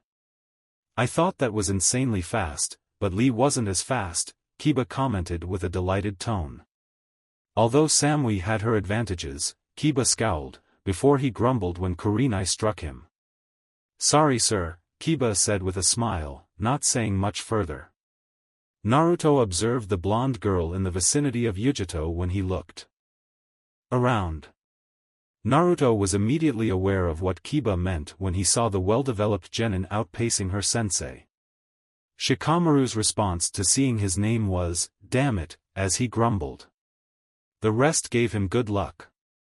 Shikamaru approached Tenten as she walked towards Naruto in the arena. Naruto asked, "How is Lee?" and he replied with a tiredness. After resting for a while, he should be fine. It took me a while to remove all the seals I applied on him. As for your Fuinjutsu, Tenten was more than a little amazed. Where did you come across the archive from my clan? Naruto inquired. The Uzumaki clan's fuinjutsu, which were once powerful and potent, have been lost due to their disappearance. Some of their books and scrolls were left behind in Konoha. Perhaps we could swap swords after the exam? Naruto stated that he saw your storage seal during your fight, which was quite impressive. Tenten nodded and smiled slightly at the compliment, acknowledging that she was not up to her usual level when it came to fuinjutsu. Hinata appeared to be somewhat anxious and had hoped that Naruto would teach her the same lesson. She was uncertain about her ability to ask him if she had the courage. Hayate uttered the words, "Begin," from beneath. Shikamaru and Chojuro, the genin of the covert mist, were both prepared to initiate combat. Shikamaru's expression was one that indicated he didn't smile. The concealed haze is meant to be a merciless environment. You won't find this guy out on a date. Chojuro's sword drawing and his stance suggest that Shikamaru is the first to strike, leaving him wondering what he might be hiding. Shimaru's recklessness is doubtful. Let us take a look at the evidence. The combination of shark-like teeth, blue hair, and a large blade is impressive. His slender countenance would make him look formidable. It seems that he lacks the temperament to be a shinobi. Did Shikamaru think it was a hoax, as he leaped back? The tense penis was startled by the sudden action, and he almost lost control of his movements. His sensei growled at him, and he appeared embarrassed. "I have to," Chojuro whispered, before jokingly moving forward. Shikamaru evaded his plan by seeing him coming and running away. Chojuro questioned the rationale behind his adversary's sudden smirk, before he made a move to restrain himself. Shikamaru made a lazy statement, stating that charging in is not the answer. "Alright, so the truth is revealed to you." Chojuro's arm lifted, resembling the one held by his adversary. How can this be explained? Shikamaru gazed down at the ground, enabling his adversary to perceive the shadow that linked them. "I seized you, and now you're unoccupied." Chojuro felt that he had raised his blade and dropped it on his head. Shikamaru's lack of a blade prevented him from being injured by the movements. Chojuro collapsed and lost consciousness. "Nara, Shikamaru triumphs by a hair second," Hayate admitted. Coughing up information. Kiba scowled and remarked, "That's really good. I don't think he was the lazy bastard who had it in him. With the right arguments, he can use his laziness to his advantage," Asuma stated. "Instantly threaten him with some training or extra missions, and he'll be well prepared to pass the exams." Kurenai observed him. "Wouldn't you try to motivate him with something else?" asked Shikamaru. "Choji is a simple creature, all you need to do is promise him some food." Asuma laughed and remarked that Ino is the most motivating member of the team. "If you inquire, I believe it's excessively much. She's almost worse than." Oh my god." Asuma included the last word when he looked at the screen. Hinata's eyes shone with horror as she witnessed her having to fight her cousin. Naruto resorted to swallowing his horror. "This Hinata can be accomplished by you. Demonstrate your abilities to them. You are a strong candidate for me." He smirked at me. She nodded, not that she seemed very assured. Kurenai placed her hand on the genital's shoulder. "Be careful, Hinata," she whispered softly. As Hinata walked back down, Kiba looked at Naruto and Kurenai. Niji's performance was praised by Kurenai, who then admitted to being worried about his status. He was considered a genius even among the Hyuga. "Yeah, please." Lee put in a lot of effort to beat Niji, but Naruto claims that they haven't won even once. Nevertheless, the primary obstacle isn't that. Kiba showed a frown. Kurenai pondered the meaning of Naruto's words. Niji. The Hyuga clan is the birthplace of Niji. The fear is that he harbors animosity towards the main family, just like many of his relatives. Is it accurate to say that Niji is related to Hinata, if you ask me? In truth, Kiba is close. He is. Nonetheless, it doesn't operate as intended. Niji's father is the sibling of Hinata. Despite being the offspring of their clan, Niji was born into the branch family, which is made up of the main family's servants. Is it of utmost importance? Kurenai asked. Naruto's sigh was heard as he put his arm around his chest. The clan is experiencing a lot of unrest due to the recent events. The clan's guidelines are disapproved of by certain members in the branch, who feel enslaved and trapped within them. The central family endeavors to enhance its status in light of the turmoil. Kurenai inferred that this heightens the difficulties. Naruto snatched the railing. Hinata is caught in the middle of everything. Despite her hatred for the way the branch is treated, people like Niji only see her and recognize her father. Kurenai-sensei. In case Niji goes too far, put a stop to his actions. Naruto observed Hinata, who was now waiting beside Hayate. Niji was pacing, confidently approaching them. Or else, I will do it. Naruto's voice reverberated in a somber tone. Keep in mind the regulations of this competition. Hayate reiterated that once the match is over, you won't be kicking the punch anymore. A nod was given by both Hyuga. Hayate referred to the concept of beginning. I never expected to be fighting you with such intensity. Hinata-sama was the phrase that Niji coldly uttered. Niji did not move a muscle while Hinata had settled into her fighting position. It's as if he had no concern for anyone. Niji-nizan. As Hayate pounded, she encouraged them to start their day. Niji disregarded the Joninsen and said, let us begin now, without any hesitation. I want to ask you to surrender at this time. Being a shinobi is not your forte. Your lack of confidence is evident to me as well. Did Hinata's participation in this exam solely result from the support of your colleagues, or was it a false assumption? Is it accurate to say, none? Is it true that, no, is a valid question? I am joking to myself.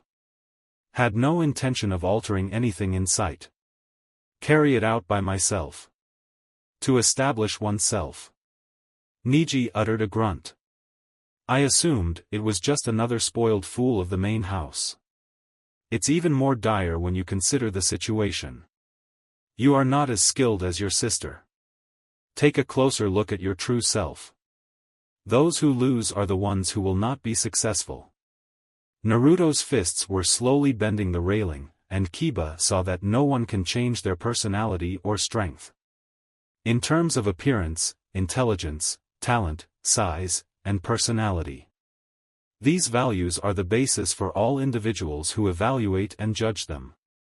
Values that remain unchanged. The content of a person's dreams and wishes is insignificant, as these foolish ideas only result in pain and suffering. Are you willing to let go of your act? No, I am not. Is it true that, no, is a valid question? I will do it. What is will? Hinata shattered into thin air. Niji's Byakugan movement caused her to start fidgeting. You're going to have a hard time convincing me, Niji later expressed. Recollections are treasured. The apprehension of losing. You are unable to resist the urge to flee, as you know that I am right beside you. Hinata's eyes erupted in sadness upon witnessing her ordeal. Are you aware? Niji muttered, gesturing. Counterfeit is not acceptable, he said. There wasn't a doubt about that. Shut up, Naruto shouted, struggling to finish this sentence. Hinata, the team's manager, yelled out, don't be stupid and stop talking. Did she have already let him down before? Smile at that haughty little boy. Kiba looked at him. Akamaru screamed in agony. Niji expressed his frustration by saying, we need to trust you for keeping us going. Unusual. Another unintelligent Inuzuka and the primary family pet. It was not the encouragement Naruto and Kiba, but rather Niji's lack of respect for her teammates. Hinata gazed at him and activated her own Byakugan. The opinions of others about me are insignificant. They won't insult my friends. Niji replied, slightly annoyed that Hinata had lost her mind. Niji also reverted to his combative form. I am no longer interested in what I'm doing anymore. I desire to escape, Hinata whispered, with a soft-hearted tone. Moving forward, she launched a barrage of attacks that Niji either blocked or managed to avoid. Niji retreated and launched an attack. Hinata had the chance to slip and hit Niji on the chest for the first time at this point. Niji was slightly out of balance and on the defensive. Hinata persisted in her assault and was able to secure several more attacks. Niji wondered, how is it possible that she has become faster? She mused and was slightly surprised by the fact that her family had already failed. Kiba smiled and said, yes, please. Naruto's serious expression and his firm grip on the railing were observed by him. Hinata struck her adversary once more. Kiba believed that Niji was being obstructed from their view due to his refusal to approach him. It's not a question, of course. Can you explain what it is? Kiba reacted to Niji's back and saw the blood that Hinata had coughed out, as he exclaimed. This is what the main house can do, Niji voiced hesitantly. His cold fury could not be hidden from him. This is a complete letdown. When Hinata tried again, Niji retaliated by holding onto her and repeatedly hitting her arm with his other hand. When Niji stepped back, Hinata's arm became paralyzed. It's not possible to do that. Are you a good listener? Tenketsu. Hinata was taken aback by the level of proficiency required to shut down the Tenketsu with such precision, as she stated. Niji grimaced as he punched Hinata off. You have realized that you are a loser, and therefore unwilling to accept my offer to forfeit before you embarrassed yourself. Niji's words were muted when Hinata stood up. I won't go back, she said. Naruto's eyes brightened as she declared, I will never give up. She smiled, I will never let my team down. Despite her boldness, she coughed up blood once more. The fight became entirely one-sided as Niji's face was twisted from his anger. Despite her best efforts, Hinata was unable to block or dodge and took hits one after the other. You should have listened, Niji growled as he punched Hinata in the face. I accomplished, Hinata muttered. I saw your pain coming through, and I believed it to be true. It's been my experience to hear about your plight. At what point did you realize your aspirations were shattered, cousin? Stop! Hey-8 exclaimed, as Niji appeared to be moving in with deadly intentions. Niji was too close, and his khaki shirt stained with blood as he attacked him. Hinata was apprehended by Kiba, who stood nearby. Niji gave him a direct look into Naruto's eyes. The use of jutsu by Naruto to save Hinata from danger was an effective technique. His sole focus had been on it. He felt blood running down his cheek, but it was inconsequential. There was no longer any significance. He was consumed by anger. A numbing, deafening desire to eradicate the white-eyed boy was all that remained. Niji resorted to mocking the dog's presence, stating that it was unsurprising and unexpected. Naruto's arm flicked forward and pressed down on Niji. With his eyes turning red and voice fading into a low growl, Naruto suggested that death could cure blindness. He lifted Niji, who was choking as Naruto's hand squeezed him. Pressed excessive pressure into the muscle tissue. Niji attempted to break free from the Jinchuriki's grasp by saying, now pass away, human, but was rendered powerless. Feeling his throat, he desperately tried to free himself. Despite the efforts of the blonde boy's tenketsu, it couldn't close off. The boy's chakra was too powerful for the Hyuga to block. Niji was saved only by the intervention of Hey-8 and Kakashi, who stopped Naruto's rampage. Naruto, please calm down, Kakashi suggested. The current situation is a clear one. Naruto disposed of Niji like a ragdoll, but kept his gaze fixed on the Hyuga. Naruto-kun's voice became increasingly sickening as Hey-8 urged him to stop. Order my disqualification if you disrupt the game of another opponent. Naruto remained attentive to Neji and did not overlook the two adults. The topic of fate was on your mind when you spoke about it. Your fate will be death, Naruto said with such force that Neji couldn't help but bury his head in his hands. You cannot be saved by the sluggish referee or the pitiful explanation of a manager. As Naruto looked away, Neji was puzzled and asked what it was. Was he still holding his ground against Lee? And why did the Juken not work? What was that giant chakra? After losing consciousness, Hinata was carried by Kurenai and Asuma. I will wait here, Naruto, Kurenai declared as they stood near the infirmary doors. The medical personnel had rushed to the scene when they discovered that Neji had caused harm to Hinata's organs, resulting in an irregular heartbeat. Kiba's match is on, so give him your backing.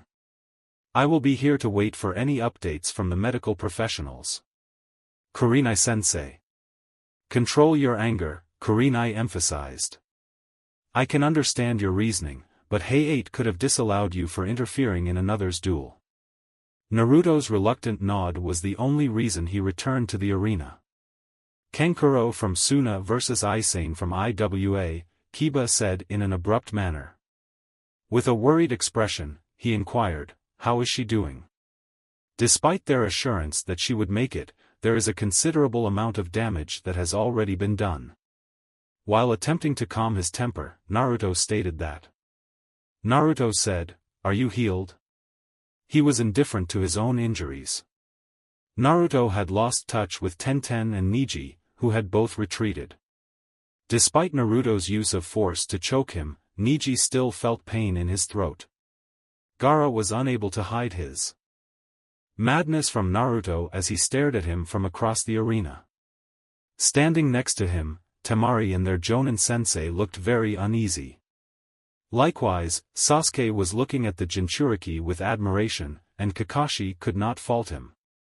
Naruto's killing intent was so intense that it would have scared off most shinobi, regardless of their rank. Naruto was too angry to pay attention, but he did acknowledge that Kankuro had defeated him with a puppet. Alternatively, Isane assaulted Kankuro's supposed identity.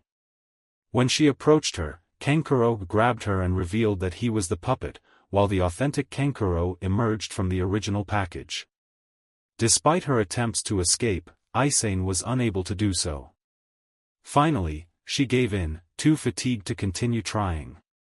The puppet's movement was challenging, and Shikamaru noticed that Kankuro appeared unhappy.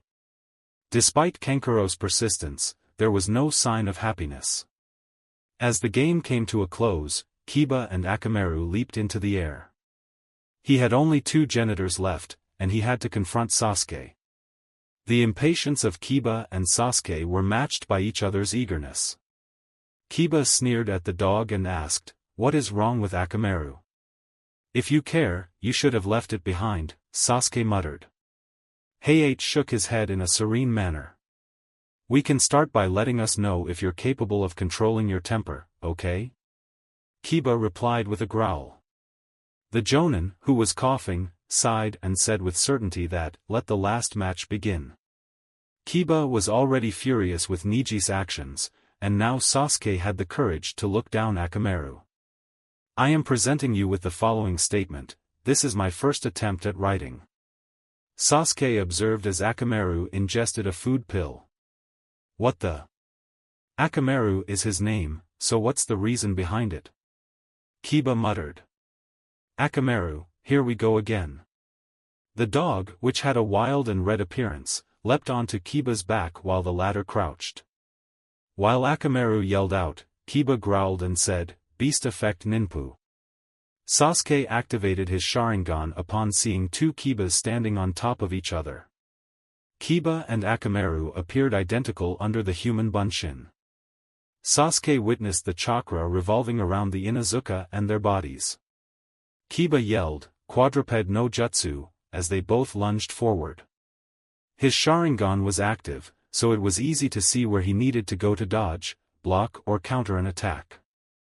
The Inuzuka's impressive speed left only one other option available. Although Naruto had witnessed Kiba's frequent serious fights, he was unfamiliar with the quadruple no jutsu method.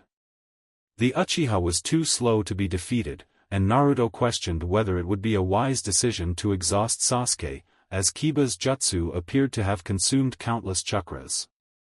Kiba was also aware of this.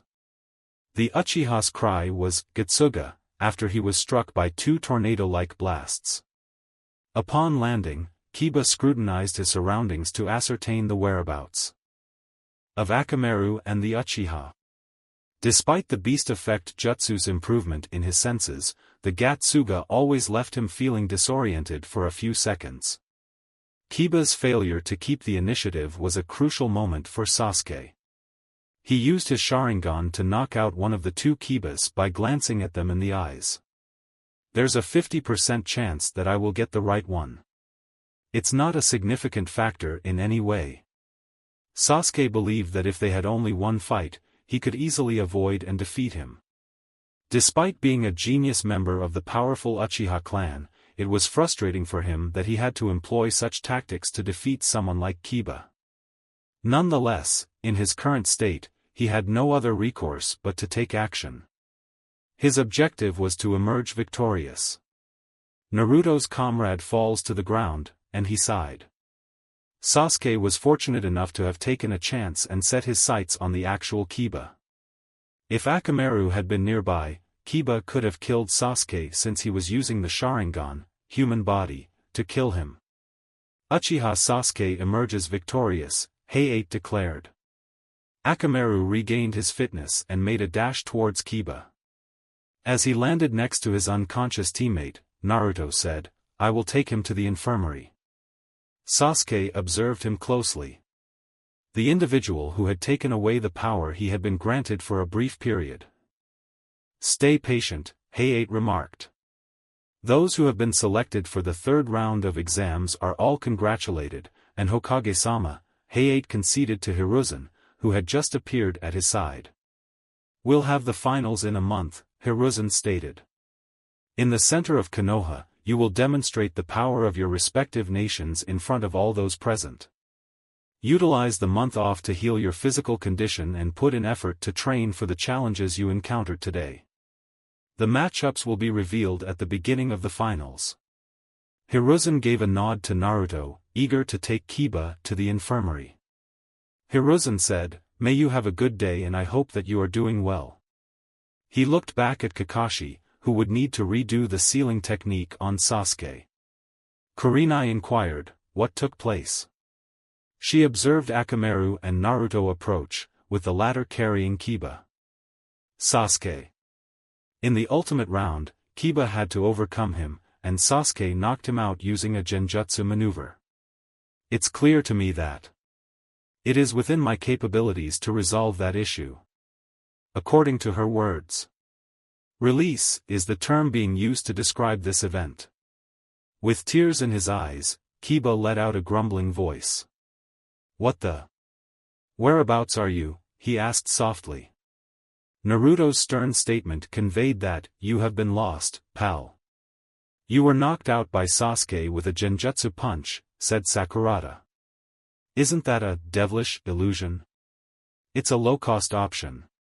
"Senna, I'm sorry," he said, acknowledging her unique talent.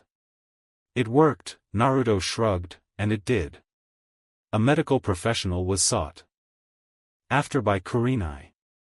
"Let him rest and recover with you, and then take him along to bed."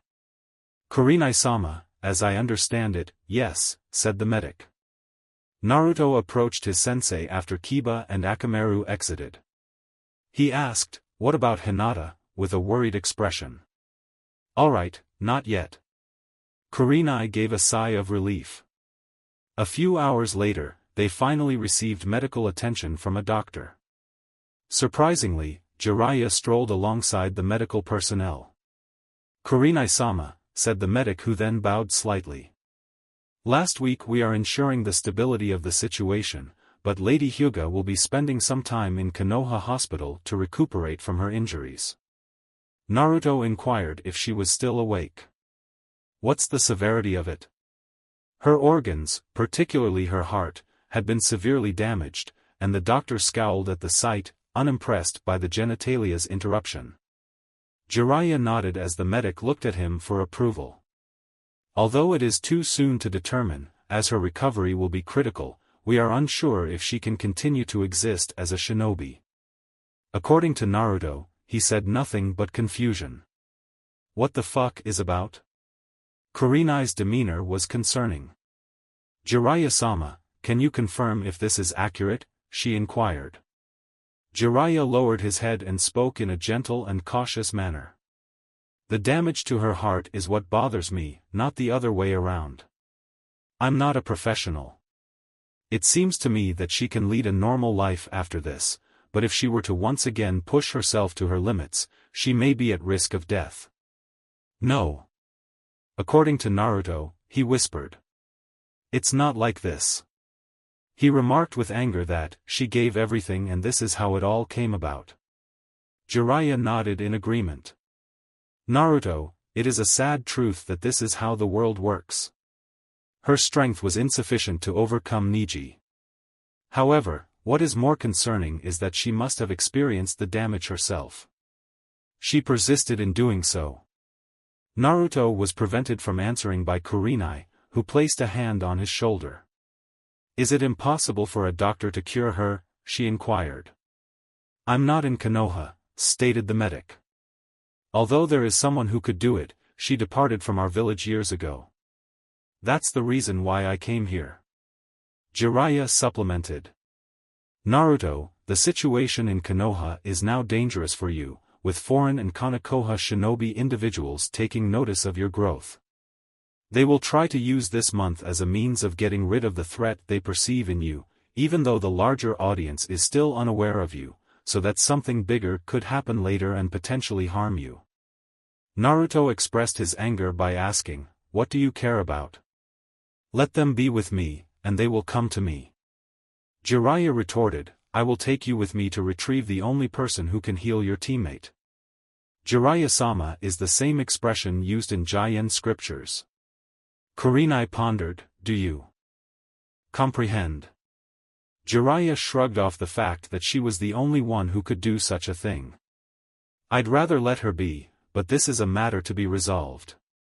Acknowledging her financial predicaments. She could be a good match for me. Naruto observed both of them. Our departure time for tomorrow is noon. Jiraiya stated that he would accompany them to the Hyuga estate, collect their belongings, and plan a 1-month excursion. Nevertheless, we will be visiting your friend before we depart, he stated. Naruto won't be troubled, Kurenai retorted. Kiba and I will maintain our close ties.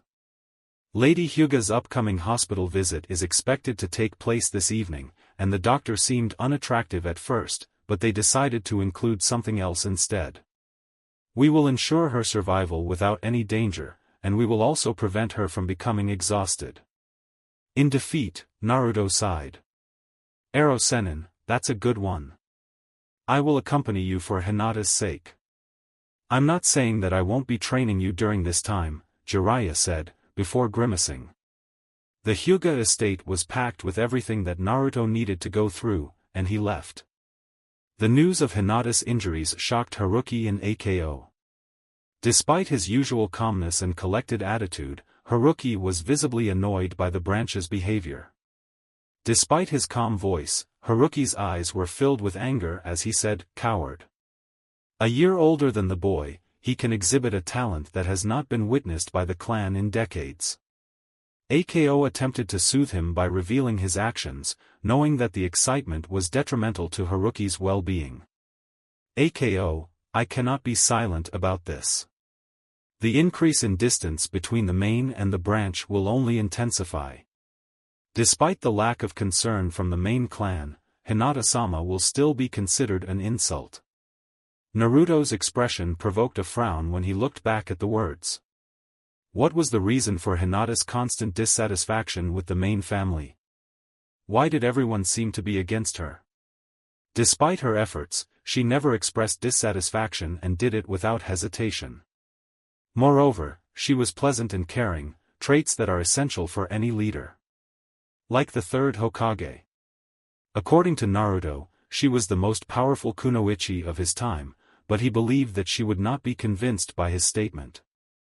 Due to his preoccupation with his thoughts, Naruto was unable to recognize the bigger boy who emerged from a building he passed by. After Naruto almost knocked him over, the young man exclaimed, "Look where you walk." Naruto's tone was soft and apprehensive as he said, "Sorry, I'm sorry." Naruto was approached by a taller man who asked, "What? You jerk, be sure to apologize appropriately." Exactly what he required. "Get lost," Naruto growled, not wanting to be irritated by someone older than him. The guy reminded him of his past experiences with bullying, as he struggled to suppress his anger after Niji's actions. It's likely that the man was between 17 and 18 years old, with a well-defined body shape for his age.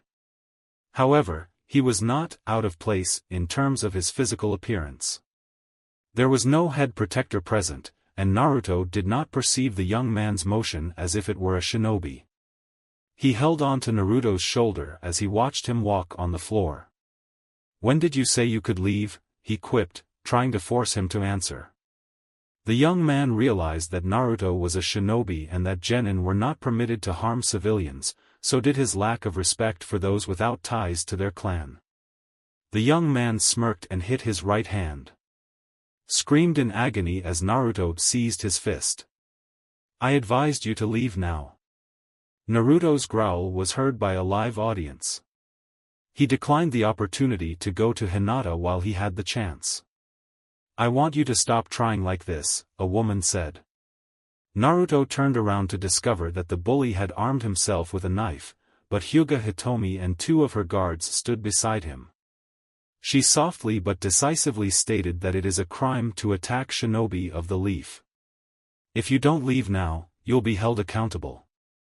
The young man observed her white eyes, noticed her unmarked forehead, and was aware of the Hyuga's strictness.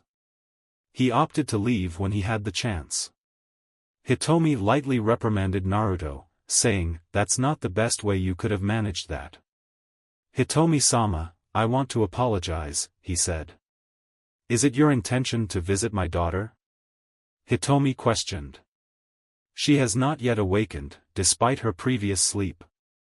They walked towards the hospital, with the two guards keeping a respectful distance. "I'm aware," Naruto replied. "I'm obligated to leave today, so I just wanted to let you know how I'll be feeling." "We'll go visit her as soon as possible." Naruto inquired, "Do you have any plans to travel with Jiraiya-sama?" "I am kept up to date on your progress and objectives by Haruki-san," she declared. Inquiring about the woman who could save Hinata, Jiraiya-sama urged me to join him in searching for her. Naruto's expression was one of a frown. Looking at his face, Hitomi's initial thought was, "He wants to take you away from Konoha," he knew. "I don't think I can fault him, it seems like you startled my cousin a lot." The rest of our family is not included in this statement. Among the numerous inhabitants of Konoha, the primary branch is in disarray because you managed to block our Juken. Naruto's response was, "I don't care about them," causing some of his anger to return. "I will hold Niji accountable for his actions against Hinata." Naruto, in a blunt manner, told Hitomi to control your feelings very carefully. "I acknowledge your perspective, but you should never forget who you are." Naruto muttered, reflecting on the Kyuubi's persistent threat. Hitomi's anger was stronger than his fear of his own mortality, and he saw it as a clear warning to others. "What makes Niji's actions so irritating?" Naruto scowled. He resembled that individual from the past. Hinata was subjected to inhumane treatment for things she could not help. "If I hadn't exposed his own vulnerability to her, he would have killed her," Hitomi said. "Stand at ease and enjoy your time. If you lack self-restraint, I cannot authorize you to go to the hospital. Chakra outbursts are not permitted in that location." Naruto's shoulders were tense and slumped down. "Is it possible that Hinata was injured?" she asked, hoping that her voice would not offend his untrained ears. Naruto expressed, I assume. She is my colleague on the team. My friend. Even though she was one of the few who knew me, she still accepted me. Naruto asked, you think you owe her? I said yes, and she said it was easy for her to read him. Thanks to her, I was able to escape that stormy atmosphere. Her presence led to me being taken in, trained, and educated by the Hyuga clan. I sometimes wonder what my life would have been like if I didn't manage to escape the orphanages. I guess we are weak and stupid. Hitomi quipped, revealing that he was not well fed. With a taste for ramen, I'm convinced in you. Haruki had previously warned me that I would be the youngest person in my class if I only consumed unhealthy food, Naruto said softly, gesturing. I would have been considered weak, stupid, and short if this was the case. The boy's expression of wonder was met with a surprised look from Hitomi, who looked at him. It was evident to her that he had a change of heart regarding his own life. The Hyuga or Hinata are not accountable for this, as per her words, she said. My daughter was saved by you, and I will always be thankful for that. Your hard work and dedication have earned you a place in the clan, as Haruki frequently points out. Naruto's response to the question, just did what I thought was right, was a shrug. She said, I think you go beyond Hinata. Upon their arrival at the hospital, the nurse seemed not to be pleased with Naruto's presence and could not see her disapproving of his wife, who is the leader of the Hyuga clan. Naruto was taken aback by Hinata's small and fragile appearance, as she was asleep in her bed and connected to various devices that monitored her health. Hyuga-sama, she hasn't woken up yet, the nurse said as she left Hitomi and Naruto alone. Her condition is stable and will improve soon, according to Hyuga-sama. The only thing we care about is Hinata-sama's heart. The nurse bowed and exited, while the guards closed the door and moved to different areas outside the room. Hitomi let her own voice go cold, saying, my daughter, as she swept out a strand of hair from Hinata's face.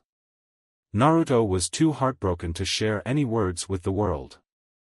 He was unsure of what to say initially. He made a silent promise to make Neji pay before he killed him. Naruto finally succeeded in getting someone to completely rehabilitate Hinata, saying, I promise I will find someone who can do it for me once more. Hitomi nodded and showed appreciation. My daughter would have died if you had saved her for the third time. If Haruki's statement is correct, it would be the fourth time. Not taking into account all the good things you did for us, she pondered. He would not have kept it a secret, but had boasted about it.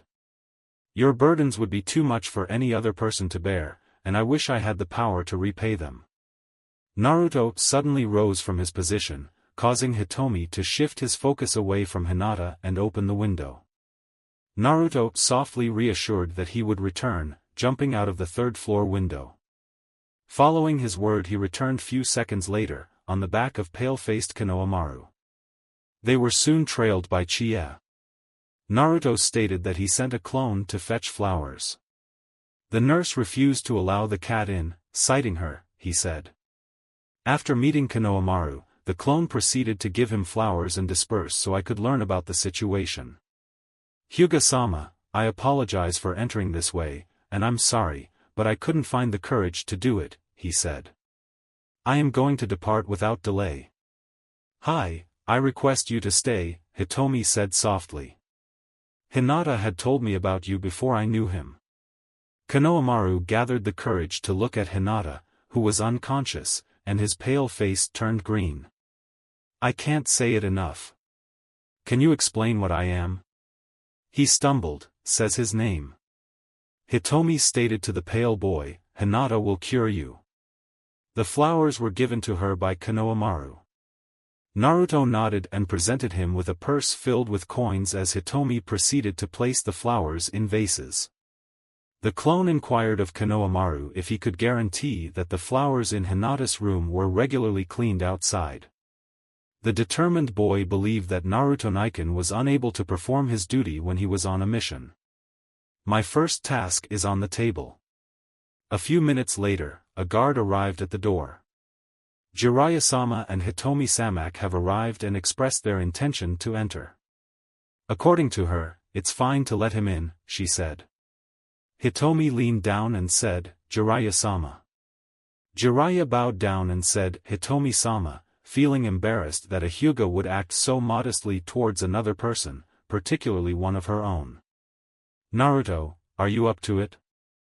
And what's your task here? He frowned upon seeing Konohamaru.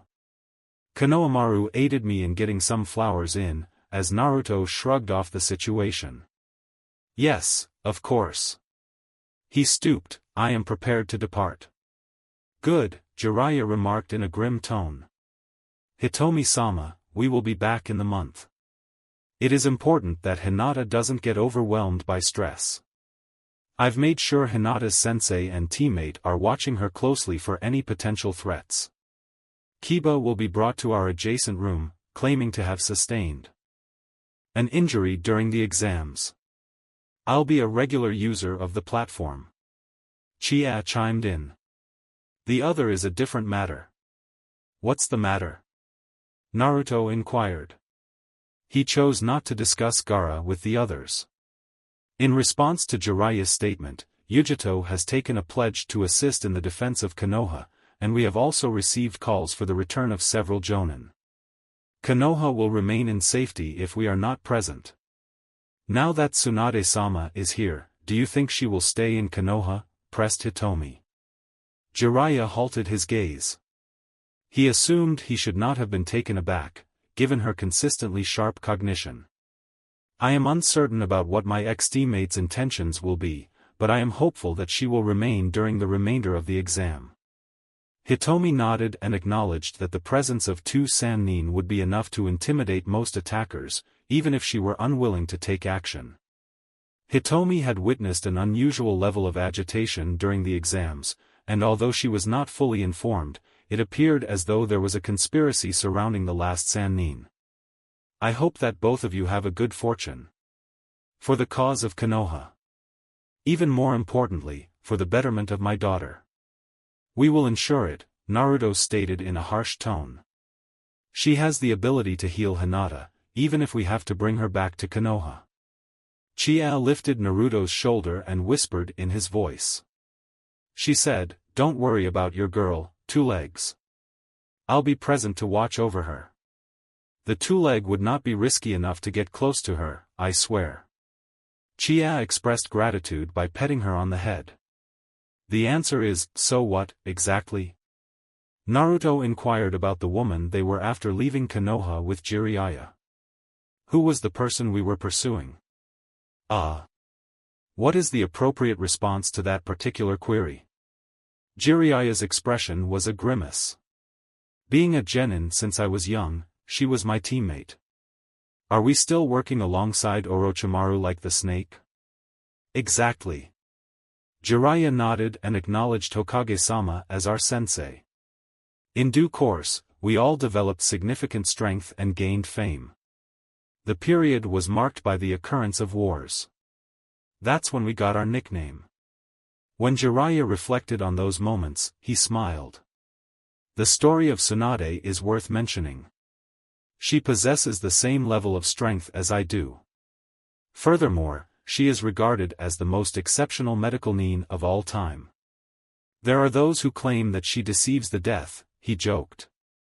Is she as good as Naruto? He asked, to his amazement. According to her, she possesses the ability to accomplish more than any other doctor in Konoha. If we can bring Hinata back to life, she will be able to cure her. What led to Konoha's abandonment? Not only did some individuals pass away, but others perished. She was unable to rescue them, leading to her frustration. Jiraiya answered with deep thought, stating that they were traumatized. She did not abandon Konoha as a missing nin, but she was given permission to take extended leave. Depending on her preferences, she could stay for as long as she wanted. In essence, it suggests that she is nearing the end of her working days. How can we persuade her to return and where should we locate her? Nevertheless, I do not plan to conduct our search across the entire nation. It is not required, as I have a rough idea of her whereabouts. Naruto's information network was reputed to cover only personal perverted activities, as stated in his disapproving remarks. Jiraiya expressed faked anger by saying, "Maybe one day you will recognize my writing genius. After that, I will not provide you with a copy." Naruto's laughter was quite amusing. "Almighty pervert, where are you going to? Are you still awake at night?" Naruto questioned. "We departed an hour prior to our scheduled departure time. A third member of my team has been assigned to this mission, and we will be positioned for a meeting," Jiraiya stated. "While you were waiting, how did your training go? Gamakichi mentioned that you had trouble with the third step." Jiraiya resorted to sitting on a log as his sleeping position. It was apparent that a major storm had hit this area earlier in the year, as many attempts in that section of the forest were uprooted. During the second period, it was a bit strange as I had to shift the air inside the ball instead of the water. I was able to deflect the ball with Hinata's assistance. Naruto stated that the rotation was more challenging than the force required to burst it. What is the third phase? The difficulty is heightened by the constant burst of air. Naruto acknowledged that if the chakra is not stimulated, it will dissolve. It appears that the key is to maintain a balance between power and stability, but I was unable to practice due to the Chunin exams. Jiraiya nodded in agreement and decided to inform Naruto about his admiration for the genin's progress, but chose not to reveal his feelings publicly. A-rank jutsu, which was created by the fourth Hokage, has these exercises as its foundation, Jiraiya explained. He said, he called it the Rasengan. According to Naruto, the character of the Yondaime, he looked at him with a frown. "I was a student of the Yondaime Hokage, so why did you cut him off?" Jiraiya inquired. "He taught me the techniques of jutsu." Jiraiya inquired about the face after observing Naruto's creation. "You were thinking that bastard was also a fuinjutsu?" Naruto asked. The sound of Jiraiya's sighed. Naruto asked, "Why do you still blame him for what he did to you? It's a bit of nonsense to put it mildly, right? The fourth, as I pointed out, had no choice." Jiraiya softly stated. "He was the most affable and unashamed individual I've ever encountered. This is not the type of person who did something like that without any justification." Naruto nodded and acknowledged that he was the only one capable of doing it, but you were the sole individual around. Jiraiya changed his subject on a clear and distinct note, saying, "Let us continue with the third step."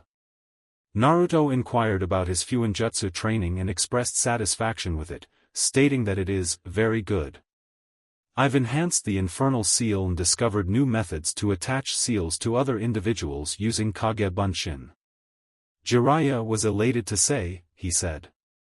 "You inserted weight seals into the Bunshin, and when Lee touched them, the seal became attached to his skin. The basics of it are clear. The moment the Bunshin is struck, it releases all of its remaining chakra into the affected area and applies the seal to anything that comes into contact with it. The only martial art that functions effectively is taijutsu. Simple seals are the only option available due to the response time." Jiraiya stated that while each jutsu has its limitations, the combination of both is truly impressive. There are also some more challenging ones. Naruto expressed disapproval as he recognized his wind and fire qualities, which led him to concentrate on the fuinjutsu that requires either those or pure chakra. "I am still unable to attain the Flying Thunder God, also known as Hiraishin no Jutsu, according to my understanding. The book's description and theory suggest that it is a remarkable jutsu martial art. Despite my efforts to train it extensively, I still fail to perform well. Silence is the key to success." Naruto inquired, "Who is Ero Sennin?" when he saw Jiraiya's confused expression after his silence. "You tried to learn the Hiraishin no Jutsu? How did you do it?" Jiraiya inquired. "A book was encased within one of the scrolls. I came across it roughly 1 year ago. Despite my assurance that I made the correct seal, it is still highly flawed. Did you have a hard time making that seal? Naruto asked. Yeah. Initially, it appeared to be almost impossible, but how did Naruto manage to do it? The fundamental concepts of that jutsu. To achieve it, one must possess a strong sense of roten. A certain level of skill is necessary to control the lightning bolt. The book that accompanied the lighting was not meant to be taught, as Jiraiya correctly noted. It's a good question to ask. Due to the disorderly nature of many Uzumaki scrolls, it's not surprising that they went unnoticed. It appears that you passed on the absence of systematic thought from your family. A notebook? Wait, what? Is it possible that the seal was damaged by using ordinary chakra instead of lightning? Naruto, that's the reason why you were wrong. Actually, you shouldn't have been able to do that. The words, convey a deeper meaning. Naruto's expression was a scratchy head. I would say, yes. I was attempting to train as a third element, is that true? He inquired.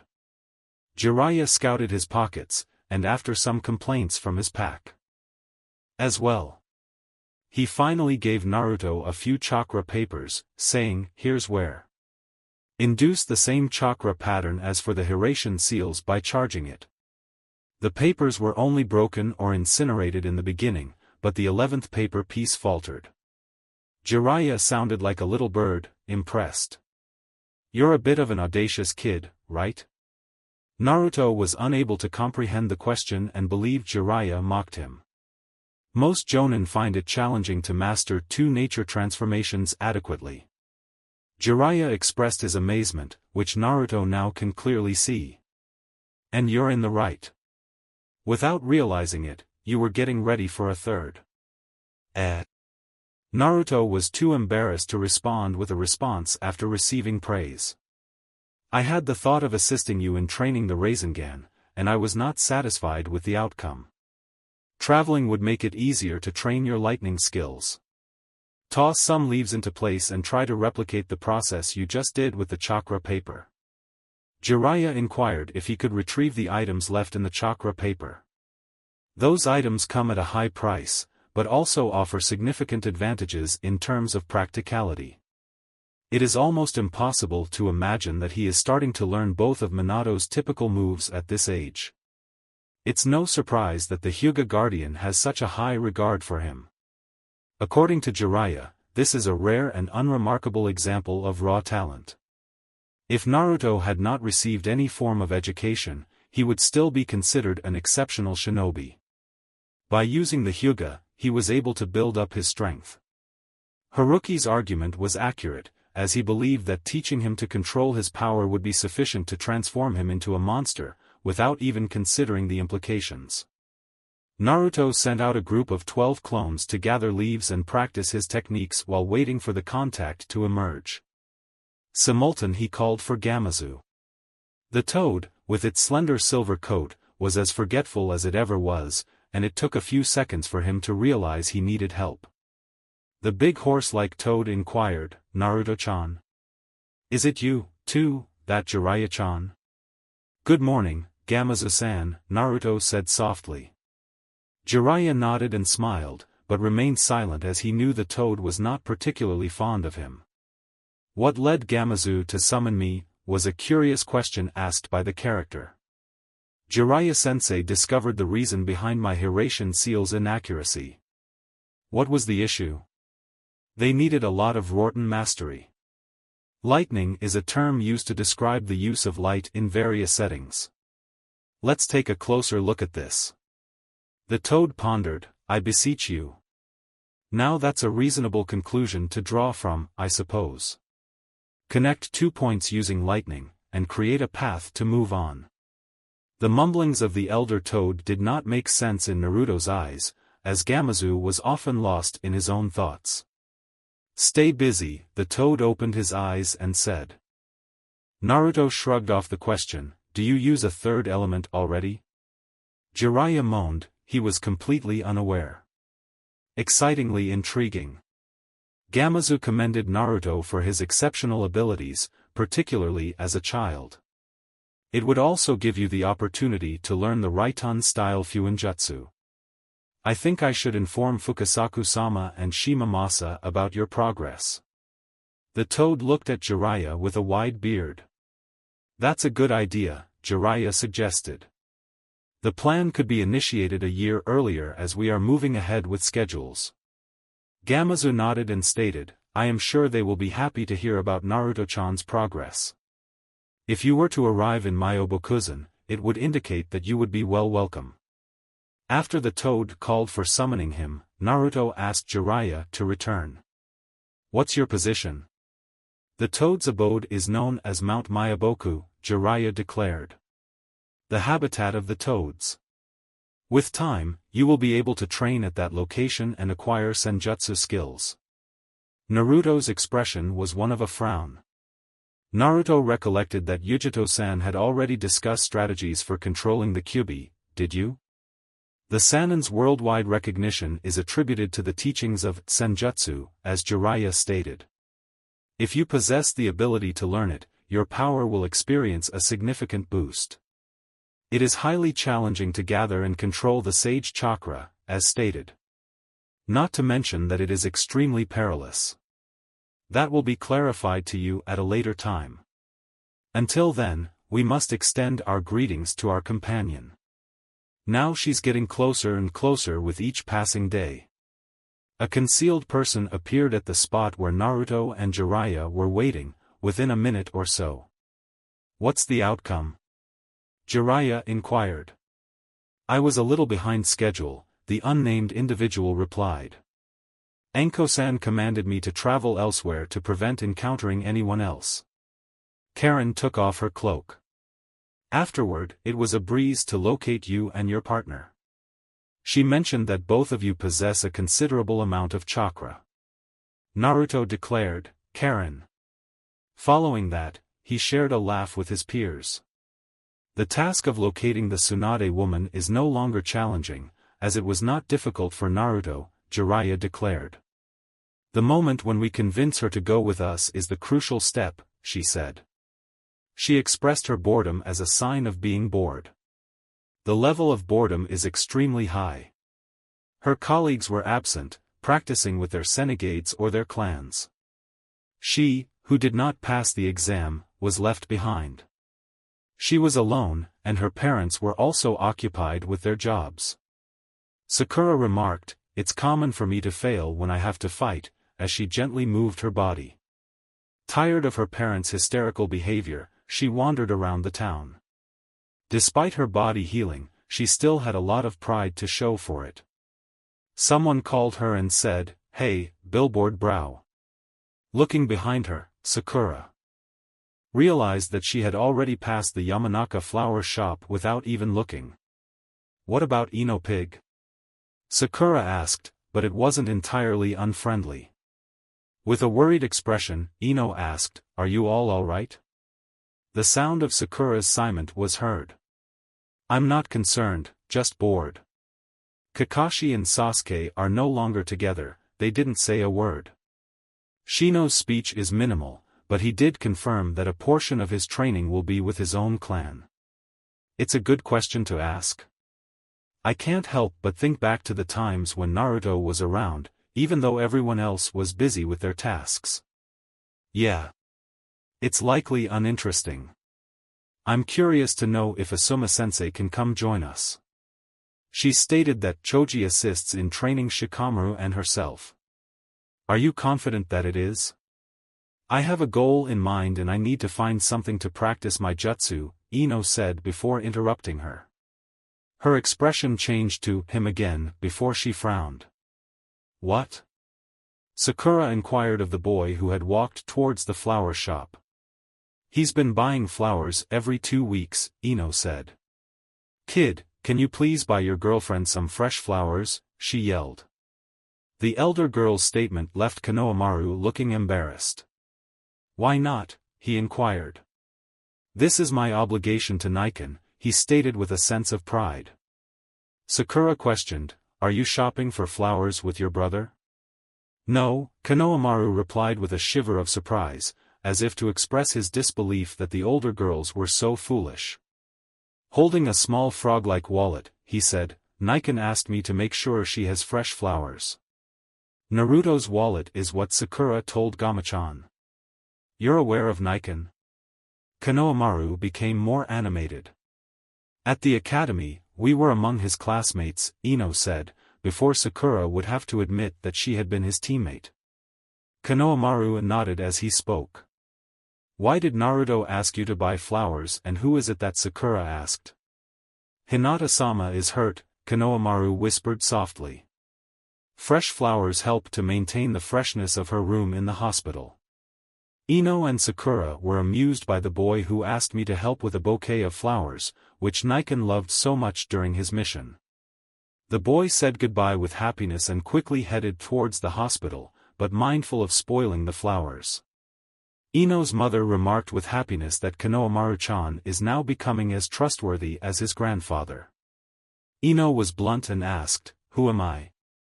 Konohamaru is the grandson of the Hokage, she stated. Sakura was taken aback as Ino looked at him.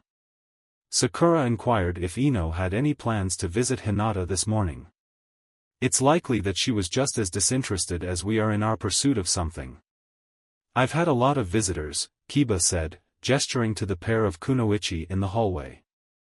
With a joyful bark, Akamaru charged towards them. What's happening here? Ino scowled. Asuma-sensei informed me that you were defeated, but not in a way that resulted in any injuries. Kiba directed the bandages that adorned his chest and left arm. Despite his lack of seriousness, he mentioned that it was just a minor mishap. I'm not sure if I was lucky. Sakura said, holding the flowers they had brought for Hinata. Kiba's expression was one of pure happiness. Those are the things that will satisfy her. Did the nurse provide Ino with information about her well-being? I'll go with you, but we need to wait a little longer. According to Kiba, her mother and Kurinai-sensei are currently with her. The rascal had just given birth after delivering fresh flowers, and then the brat left. I wish I had taught my sis that, he joked. We'll wait until they leave, Ko-san, Kiba said, referring to the Hyuga guard who stood outside of Hinata's room. Sakura inquired, what's the matter with the guard? Hinata is the next in line for the Hyuga clan, and her mother is married to their leader. I understand that security is expected, right? Kiba scowled. Hinata's room was left behind by Kurinai and Hitomi, who had been seated nearby, for several minutes. After bowing to Hitomi, Kiba said, We will keep it short, sensei. Sakura questioned how the older Hyuga woman could receive such high regard from Kiba, who usually paid little attention to formalities, just like the rest of his family. Hinata was overjoyed and exclaimed, Sakura. Ino, despite her weak voice. Sakura was caught off guard when she remarked, Hinata. How can this be explained? How are you doing? Hinata has made significant progress, but she still needs time to recover, Kiba stated. The decaying rotten bastard resulted in significant harm. I would appreciate it if you could say, thanks. Hinata begged for mercy. The doctor's expectations were exceeded by Kurinai-sensei, who stated that he would be fine and recovering faster than expected. In an effort to lighten the mood, Ino brought some flowers for him. Hinata gave a feeble smile and thanked Ino as he placed the flowers in vases next to the fresh flowers Konohamaru had brought. The answer is, so what, exactly? Ino smirked and asked Naruto how he got the flowers that were given to him. Under the circumstances, the pale Hyuga reacted with as much blush as she could. I can't say it enough. Can you explain what I am? I don't have knowledge, she squealed softly.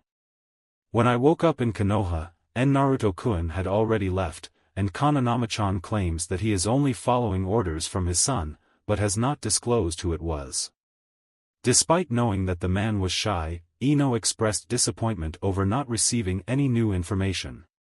Konohamaru-chan inquired about a mission? Kiba asked, slightly annoyed by Naruto's decision to leave Konoha for training. Sakura questioned, "Who else is this person? The training of men and their physiology is well known. It would be beneficial for them to remain loyal to their team." According to Hinata, Kurenai-sensei had recently been introduced to Naruto and informed him that he had been trained by Jiraiya-sama. Naruto-kun is expected to make a stronger comeback, and I am confident in that it will be just as powerful as before. Ino-san, how is your training? Can you share the results of all the others? Ino's training regimen was described in detail, and then they discussed their experiences. The genin of Suna was considered particularly terrifying by both parties, with Gaara being the most frightening. Ino was impressed by Naruto, but it was his choice to leave, he said. Rock Lee was an exceptionally fast man. Despite everything, Naruto appeared to be keeping his distance. I am truly puzzled by his limitations.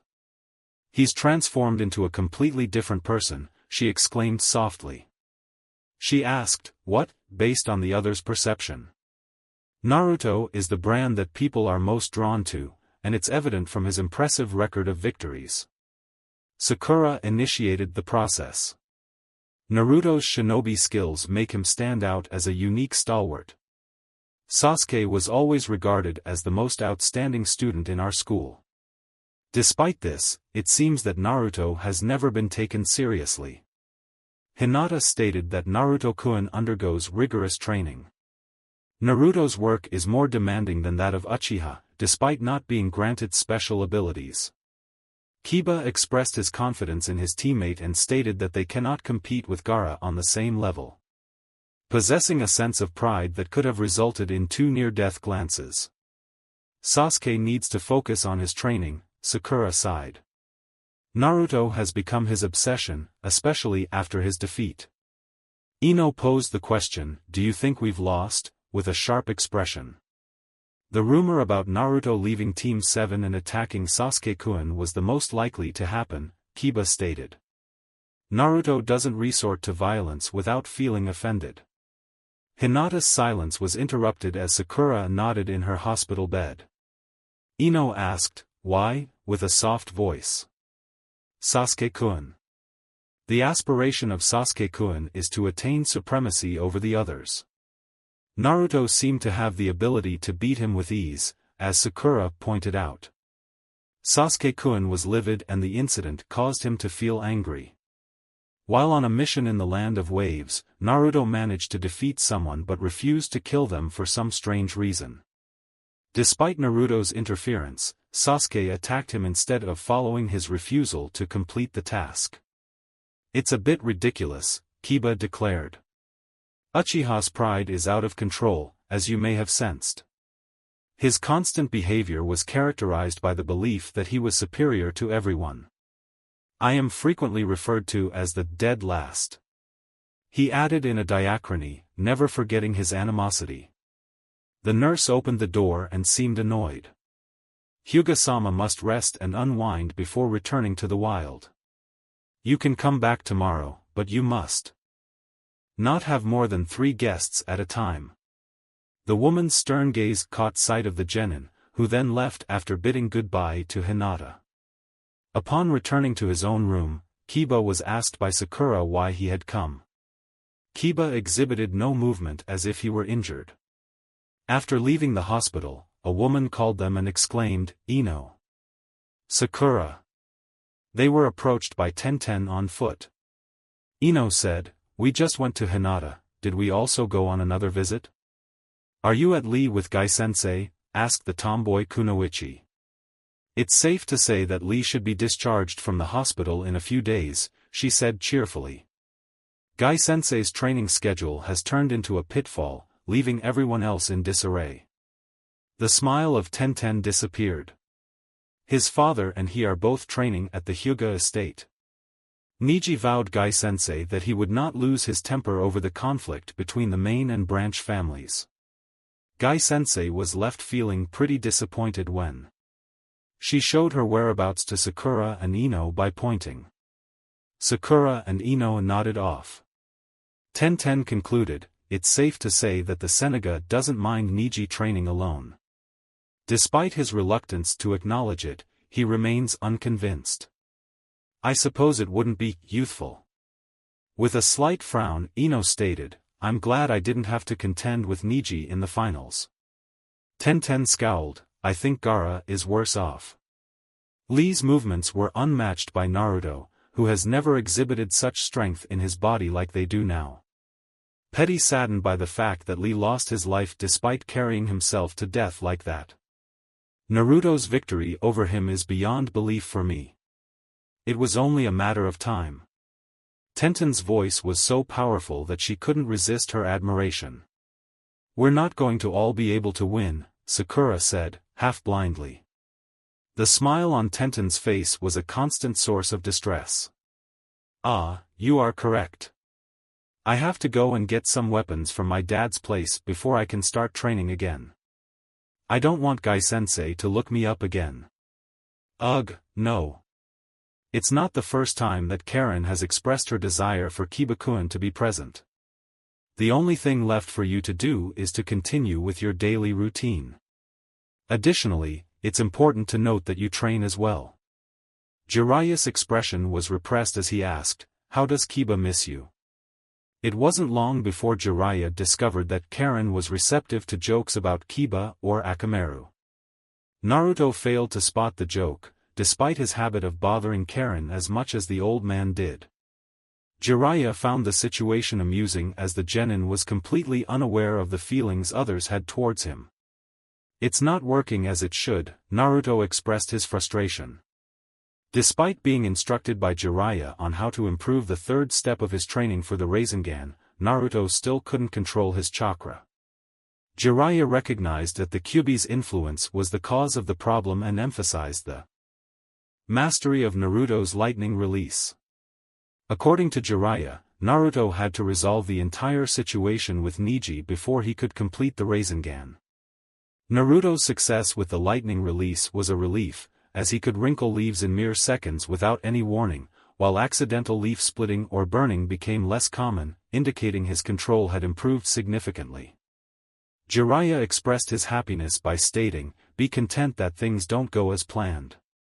The more hard work you put in, the happier you are. Karen retorted, I heard something about a goat that was an odd old friend. It's a little surprising that there are no shinobi in this town who possess the same level of chakra as you do. Jiraiya's expression was grimacing. Is that accurate? Can you confirm if she was here? The only person discernible has low jonin and possibly high chunin chakra, Karen stated. The rest of us are too feeble to be helpful. Jiraiya shook his chin involuntarily. It's possible that we should meet with that individual.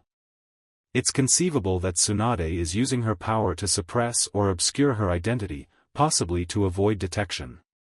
It would be impossible to do that every single day since we arrived last night, Karen muttered. The Jonin-level person also tried to hide, but still slips sometimes. That's something that everyone does. According to Jiraiya's memory, Shizune was following Tsunade. I am aware of the fact that Tsunade had a close friend who could have been trained by her, and possessing the chakra at the Jonin level. Naruto stated that we need to locate her, but in a blunt manner. In addition, moving to a town after spending more than 2 weeks in the wild would be advisable. Despite Jiraiya's preference for comfort, the trio chose to stay out of towns they had passed while traveling. Jiraiya determined that it would be more advantageous to stay out of harm's way. In spite of their attempts, Jiraiya complied with his sensei's request to keep their location confidential. Given the threats facing Konoha, it would be preferable if their whereabouts were concealed. This location was Jiraiya's preferred choice over the other two, as he believed it was where Tsunade should be located. Left with no other option but to venture into the town and follow Karen's lead. The latter was very serious about it, as Jiraiya had assured him that he would arrange for her to remain in Konoha if the mission turned out. She was resolute in her decision to remain close to Kiba. Is it appropriate for us to have this as our meal? Tsunade-sama questioned Shizune. Alright, can you explain why? Shizun mused about the high debt, gesturing towards the costly eatery. I just won something, so why should I be celebrating? Shizun chuckled. When I win something then it usually means bad things, she said. It was a good day today, Tsunade declared. Taunton was a little disheartened by Tsunade's behavior, suggesting. They leave the town tomorrow and drink it all up. Even the pig was aware of the woman's disturbance. Despite Shizun's unwavering sense of self-awareness and rationality, she generally agreed with the pig. Tsunade-sama, what's up with your boogieing behavior and how are you feeling affected? Drink! Shizun yelled, but Tsunade's head caught her attention before she could respond. The elderly woman looked at the restaurant entrance and was left looking confused. What is the question? At this distance, I can detect 2 chakras, but one is masked so effectively that it is almost invisible to me. I'm pleased with your work, Karen-chan, Jiraiya declared. Let's go inside before she runs off. I pray she is worthy of my sacrifice, Naruto said, grimacing at the news that the aim would make an effort to escape. Jiraiya was aware of Naruto's decision to run away. Jiraiya remarked, she is an amazing ninja. They said, she was also very beautiful. Maybe I'm her age. The trio walked into the restaurant and found it to be quite posh. The restaurant was mostly empty as it approached the point where even establishments of this kind would cease operations. A table was set up with a pig and 2 women sitting behind. Her face changed from a surprise to an annoyed expression as she looked at the door. Tsunade-heim! Jiraiya shouted at the blonde woman. Naruto was taken aback by the fact that the woman, who was supposed to be Jiraiya's age, actually looked like she was in her early 30s. Brown eyes were a feature of the light-skinned woman's appearance, who also had straight blonde hair. Naruto expressed that Jiraiya's exaggeration was not as severe as usual, albeit for the better part of an hour. Nevertheless, her true appearance was not what she seemed like. The woman's response to Jiraiya was sour and mean. I have barely known Shizun, and now you're here too. Jiraiya declared. The little girl I knew transformed into a beautiful young woman. After receiving the compliment, the petite woman with black eyes and hair blushed and lowered her head. Jiraiya-sama is the same expression used in Jaien scriptures. Naruto believed that Shizun had a more normal appearance than Tsunade, who had an extremely large bust. Additionally, the staring out of her eyes and Karen's warning made Naruto believe that the woman with light skin was a danger. Tsunade yelled, "Don't berate yourself." She asked, "Why are you here? And why did you bring that?" while looking at Naruto. Karen made a frown upon inquiry. Do you tend to be disrespectful or only when you're intoxicated? Jiraiya questioned, while acknowledging that Tsunade's temper was at risk when a significant amount of alcohol was mixed in. Uzumaki Naruto is the one, he stated, emphasizing the importance of the word he.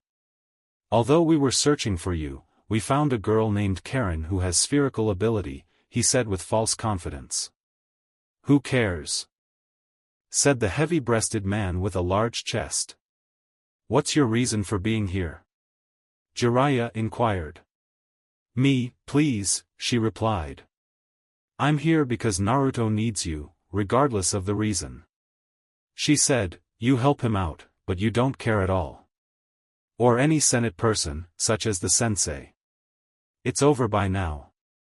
Jiraiya admitted to causing significant harm during the exams, but was unconcerned about her rejection. You are the only one who can completely heal her. She shrugged, those things have been a long time coming, she said. If you're not interested, just leave the car. Naruto suggested that perhaps we should, cutting off Jiraiya who was hesitant to continue his efforts to convince Tsunade. Jiraiya-sensei, did you really waste your time on this old hag? She appears to be a useless drunk. Completely pointless. Just shut up, you little jerk, Tsunade taunted Naruto. Or else I will take care of it for you. With a shrug, Naruto proceeded to say. You may not be able to hit me due to your drunken state. He retorted with resignation, he declared. Moreover, you're fleeing as well.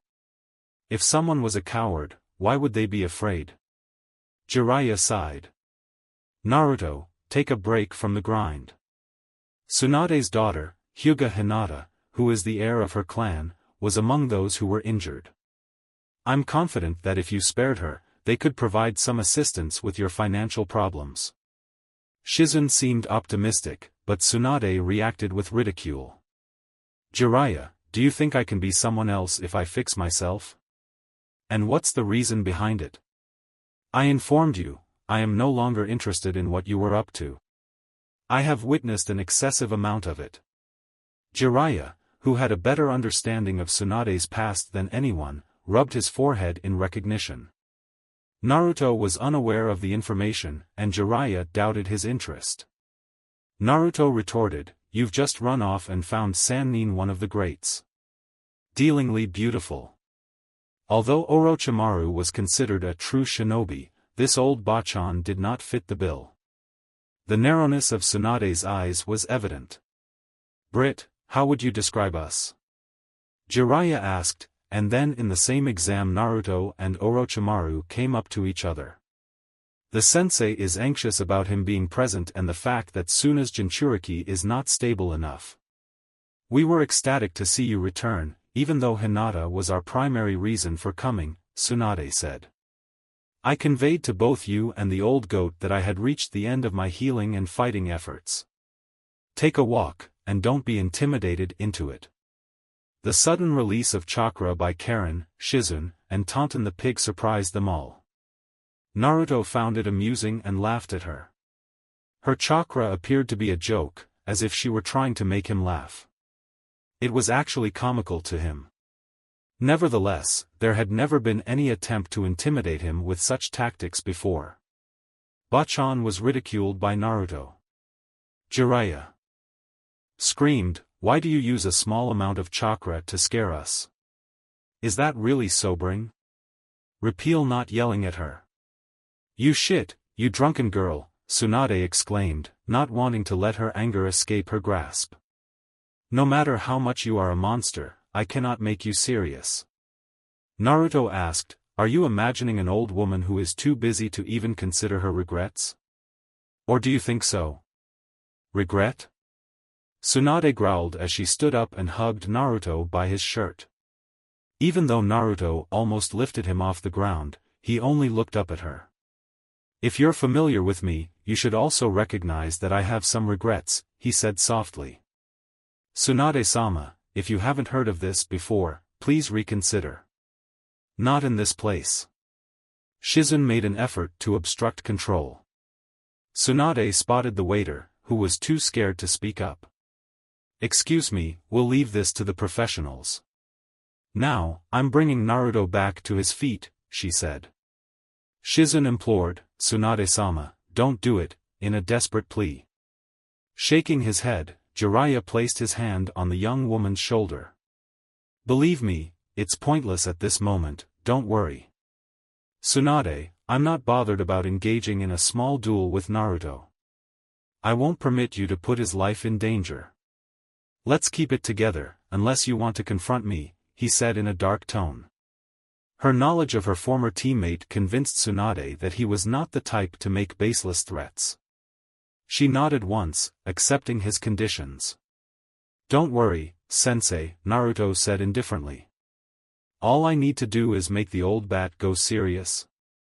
You better come with us when you can, he added, gazing at Tsunade. You're such a dumb person, isn't it? Tsunade asked. I'm okay with it, but if I lose, I'll give 250 euros instead.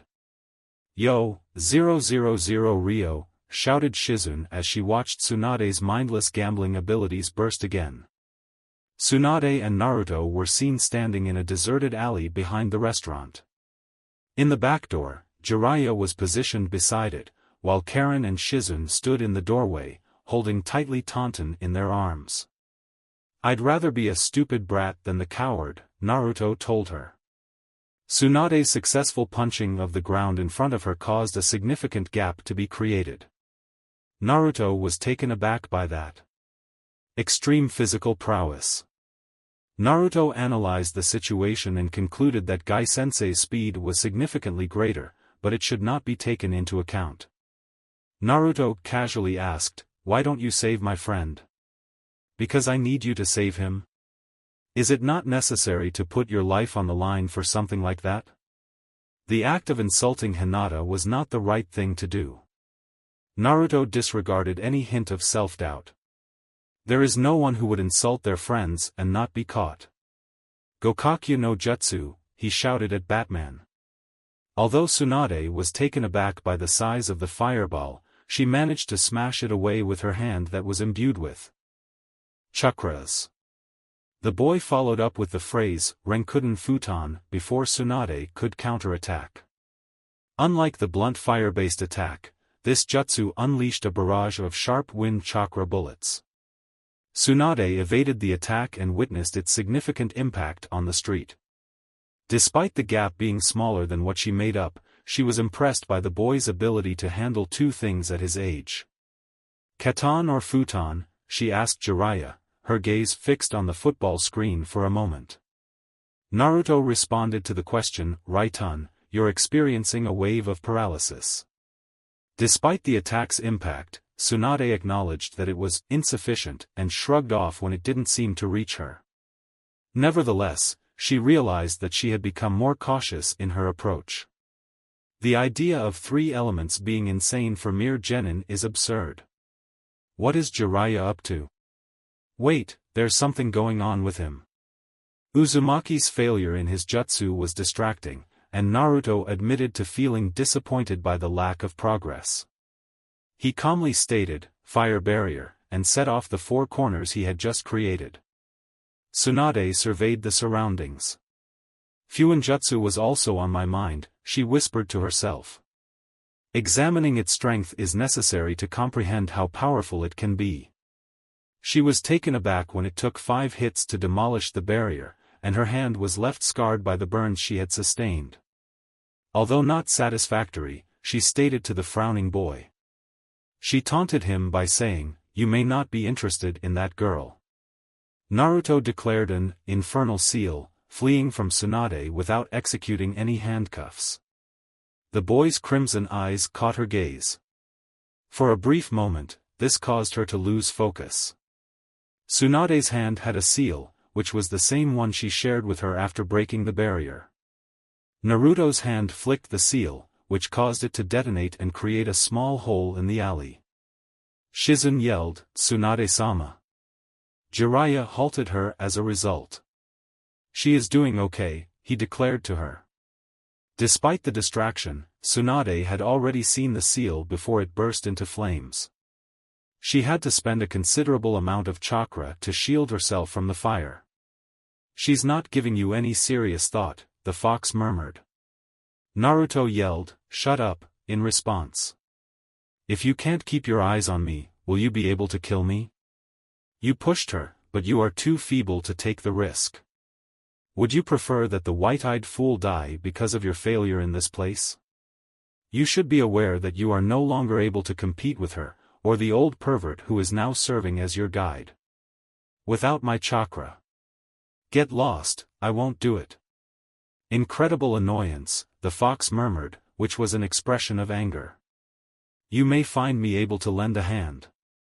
The fox believed that with some assistance, they could eliminate the large cow and leave the victim unimpressed after realizing their actions. It would also be amusing to retaliate against Senju's enemies. Tsunade confessed to feeling impressed by the brat's decision to force her to use a greater amount of chakra. It was no longer a simple game. She had intended to use the boy's piety to steer clear of the lecture Jiraiya had prepared for her. She had no doubts about the latter. He had a strong desire to instruct others and always did so. She began to question if this approach could result in more difficulties than just an unintelligent lecture. "What the?" The words were sung by Tsunade in hushed whispers. As the explosion blew away, she observed the boy standing in front of her, enveloped by a haunting crimson chakra that had cloaks covering them. While jumping forward, Naruto dodged Tsunade's fist and struck her against the wall of the restaurant with his voice. Tsunade, slightly inconsolated, whispered, "These are the levels of chakra." Although she loathed it, she would have to take things into her own hands. It's possible that she will sustain significant harm. Naruto, now clothed in a vibrant shade of orange, made an unsuccessful attempt to harm her with his last weapon. Tsunade showed no signs of slowing down and evaded the genin's blow. She grabbed his arm and wanted to give him a few favors, but Jiraiya intervened. While holding a piece of paper, Jiraiya struck Naruto on the head. Naruto collapsed to the ground after losing consciousness as the red chakra vanished. After the fight had ended, Jiraiya told Karen that he was okay and then ran forwards. "I merely knocked him out. It's time to move on from here, given the actions of these two idiots." He observed the ruined building behind Tsunade. "How hazardous is he?" Tsunade inquired. Naruto's recovery was accelerated by Shizen and Karen, who took care of him. "Let's take a closer look at some of the things we've talked about before." Jiraiya expressed a smile. Excessive access to chakras, along with remarkable endurance. He possesses the determination and ability to learn quickly, has 2 natural traits, and trains a 3rd element. His skill level is comparable to that of Jonin, in my opinion. The source of his strength is also a perilous obstacle. "He was like my grandmother," Tsunade said, whispering. She mentioned that it was a constant challenge for her to maintain control. "Yes," Jiraiya replied with satisfaction, acknowledging his former colleague's slight sobriety. Despite his rough life, Naruto was able to maintain control and accept the devil's hatred without much resistance. However, he was not successful. His personality is extremely strong. His ability to suppress his anger would make him an excellent leader. You're probably proud of him, right? Minato is one of the most talented people I have ever come across. Minato's temper was not as intense as some of his friends had assumed. Minato's level was not on par with him, despite his achievements. Jiraiya retorted, saying, "I'm not at this age yet." Naruto's growth was a result of the hardships he has endured over the years. He unintentionally spared the Hyuga clan's heir during his childhood. Despite the hatred of the village, they took him in and provided him with a safe haven to live in. I believe that prevented the kid from facing a much worse fate. It's the same Hyuga as before. Hyuga Hinata, that is correct, Jiraiya nodded in response. According to my understanding, Naruto regards her as more than just the rescuer, and feels grateful for her contribution. Ultimately, they were placed in the same genin team, and their bond only strengthened. Why did he take such a risk by using his chakra to harm himself? Yes, of course. Hinata's heart was broken. Despite not being directly lethal, it would result in the termination of her future as a shinobi and her role in her clan. I told Naruto that you are the only one who can save her, which made him feel desperate. Desperate to confront an opponent who he believed was superior to him. Tsunade rubbed her forehead and sighed. Enduring then.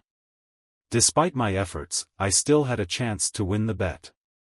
Jiraiya stated that he was aware of the vow made by both parties. I have no interest in battling you, but your sole presence on the battlefield would make any adversary reconsider attacking Konoha again. Tsunade nodded and conveyed her belief that she was unable to fight in earnest, even though she did not know how to tell Jiraiya. Due to Dan's actions, she would not be able to handle more death and destruction. After seeing Naruto looking at her again, Tsunade sighed and asked, "What the hell is it, kid?" He remained silent since they left.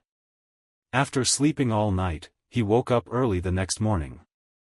It seemed to her that something was causing his depression, but she couldn't fathom why.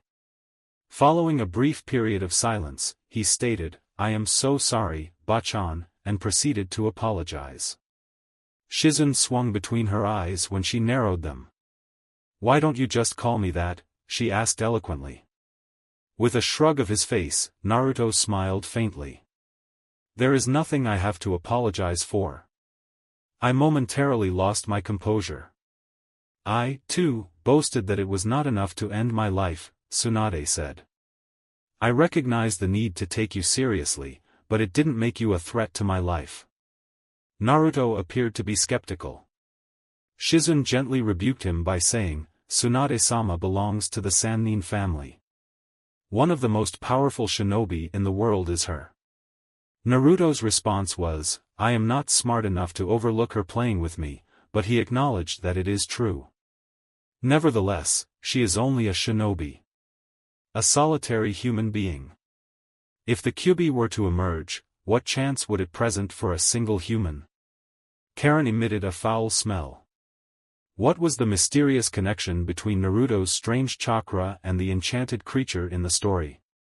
Remember to refrain from divulging anything unless you are willing to take the risk of execution. Kiba and Hinata are aware of this, but you can also engage in a conversation about it. Naruto is a brand that I am considering. Karen was unsure of what to say. Despite being the most scared of anyone, the boy had a chakra and was quite cordial, even though he kept to herself. Naruto, Jiraiya declared, and so it goes.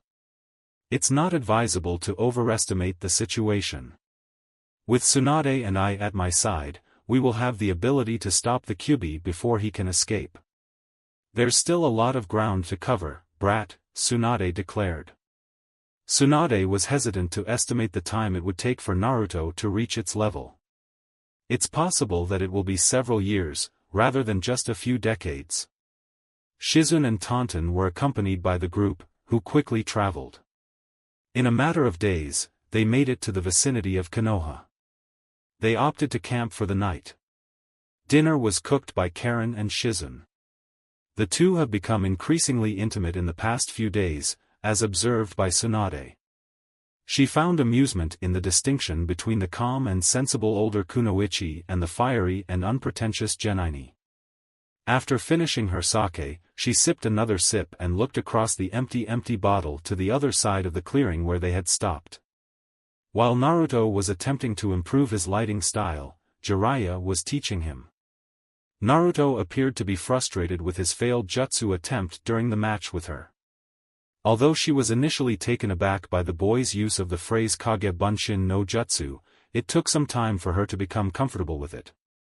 Jiraiya instructed his authentic form, while around 12 clones attempted to wrinkle their leaves as quickly as possible. According to his statement, the boy had expressed a willingness to create additional clones for this task, but he did not want to be discovered. He assumed that she would be let down by his creation of so few bunshins for this occasion. Naruto was completely unaware that a Jinchuriki could be trained in this way, as evidenced by the look Jiraiya gave her. Nevertheless, his perspective on her did not appear to shift much, and he could scarcely demonstrate the appropriate reverence when conversing with her. She asked one of the clones near her if she thought she would make it to the finals. The clone gave a grimace and shrugged it off. It seems to me that there is only one person who can match my level of power and influence. According to her, that Gaara of the desert was what she meant. Jiraiya had informed her about the other Jinchuriki who had taken the exams. Upon hearing about it, she thought that one of the other candidates would be worse. After discussing Niji from yesterday, the clone grimaced and smirked. I will allow him to believe that he can engage in combat, for a period of time. It is important to humiliate fools like him before they pass away. You're genuinely fond of that girl, she joked, gesturing to the clone. I can't say it enough. What is the answer to that? She remarked with a smirk, don't be timid. Just be aware of it. It is not true, he stated. I am obligated to kill Hinata-sama, he said in a formal manner. It's improbable that I didn't meet her and ended up living in orphanages. It's conceivable that when I reached my old age, I could have secured a room in the barracks. Thanks to her, I have been able to experience some happiness. I only have a handful of friends, and she is one of them. I will never be able to forgive anyone who has hurt my friends. The undercurrent of pure rage was evident to her. The story of Niji's defeat of Hinata was recounted to Jiraiya by her. She questioned whether Niji would make it through or not before the fight. Although a Hyuga would be too proud to do the latter, she anticipated it. Thanks for watching. If you enjoyed this video, smash that like button and subscribe for more content. Support the original author by clicking their profile link in the pinned comment of the first video of this series. They deserve the love. Want early access and exclusive content? Join my Patreon community, link below. Your support fuels these videos. Drop a comment with your thoughts, and I'll catch you in the next video. Stay entertained, stay safe.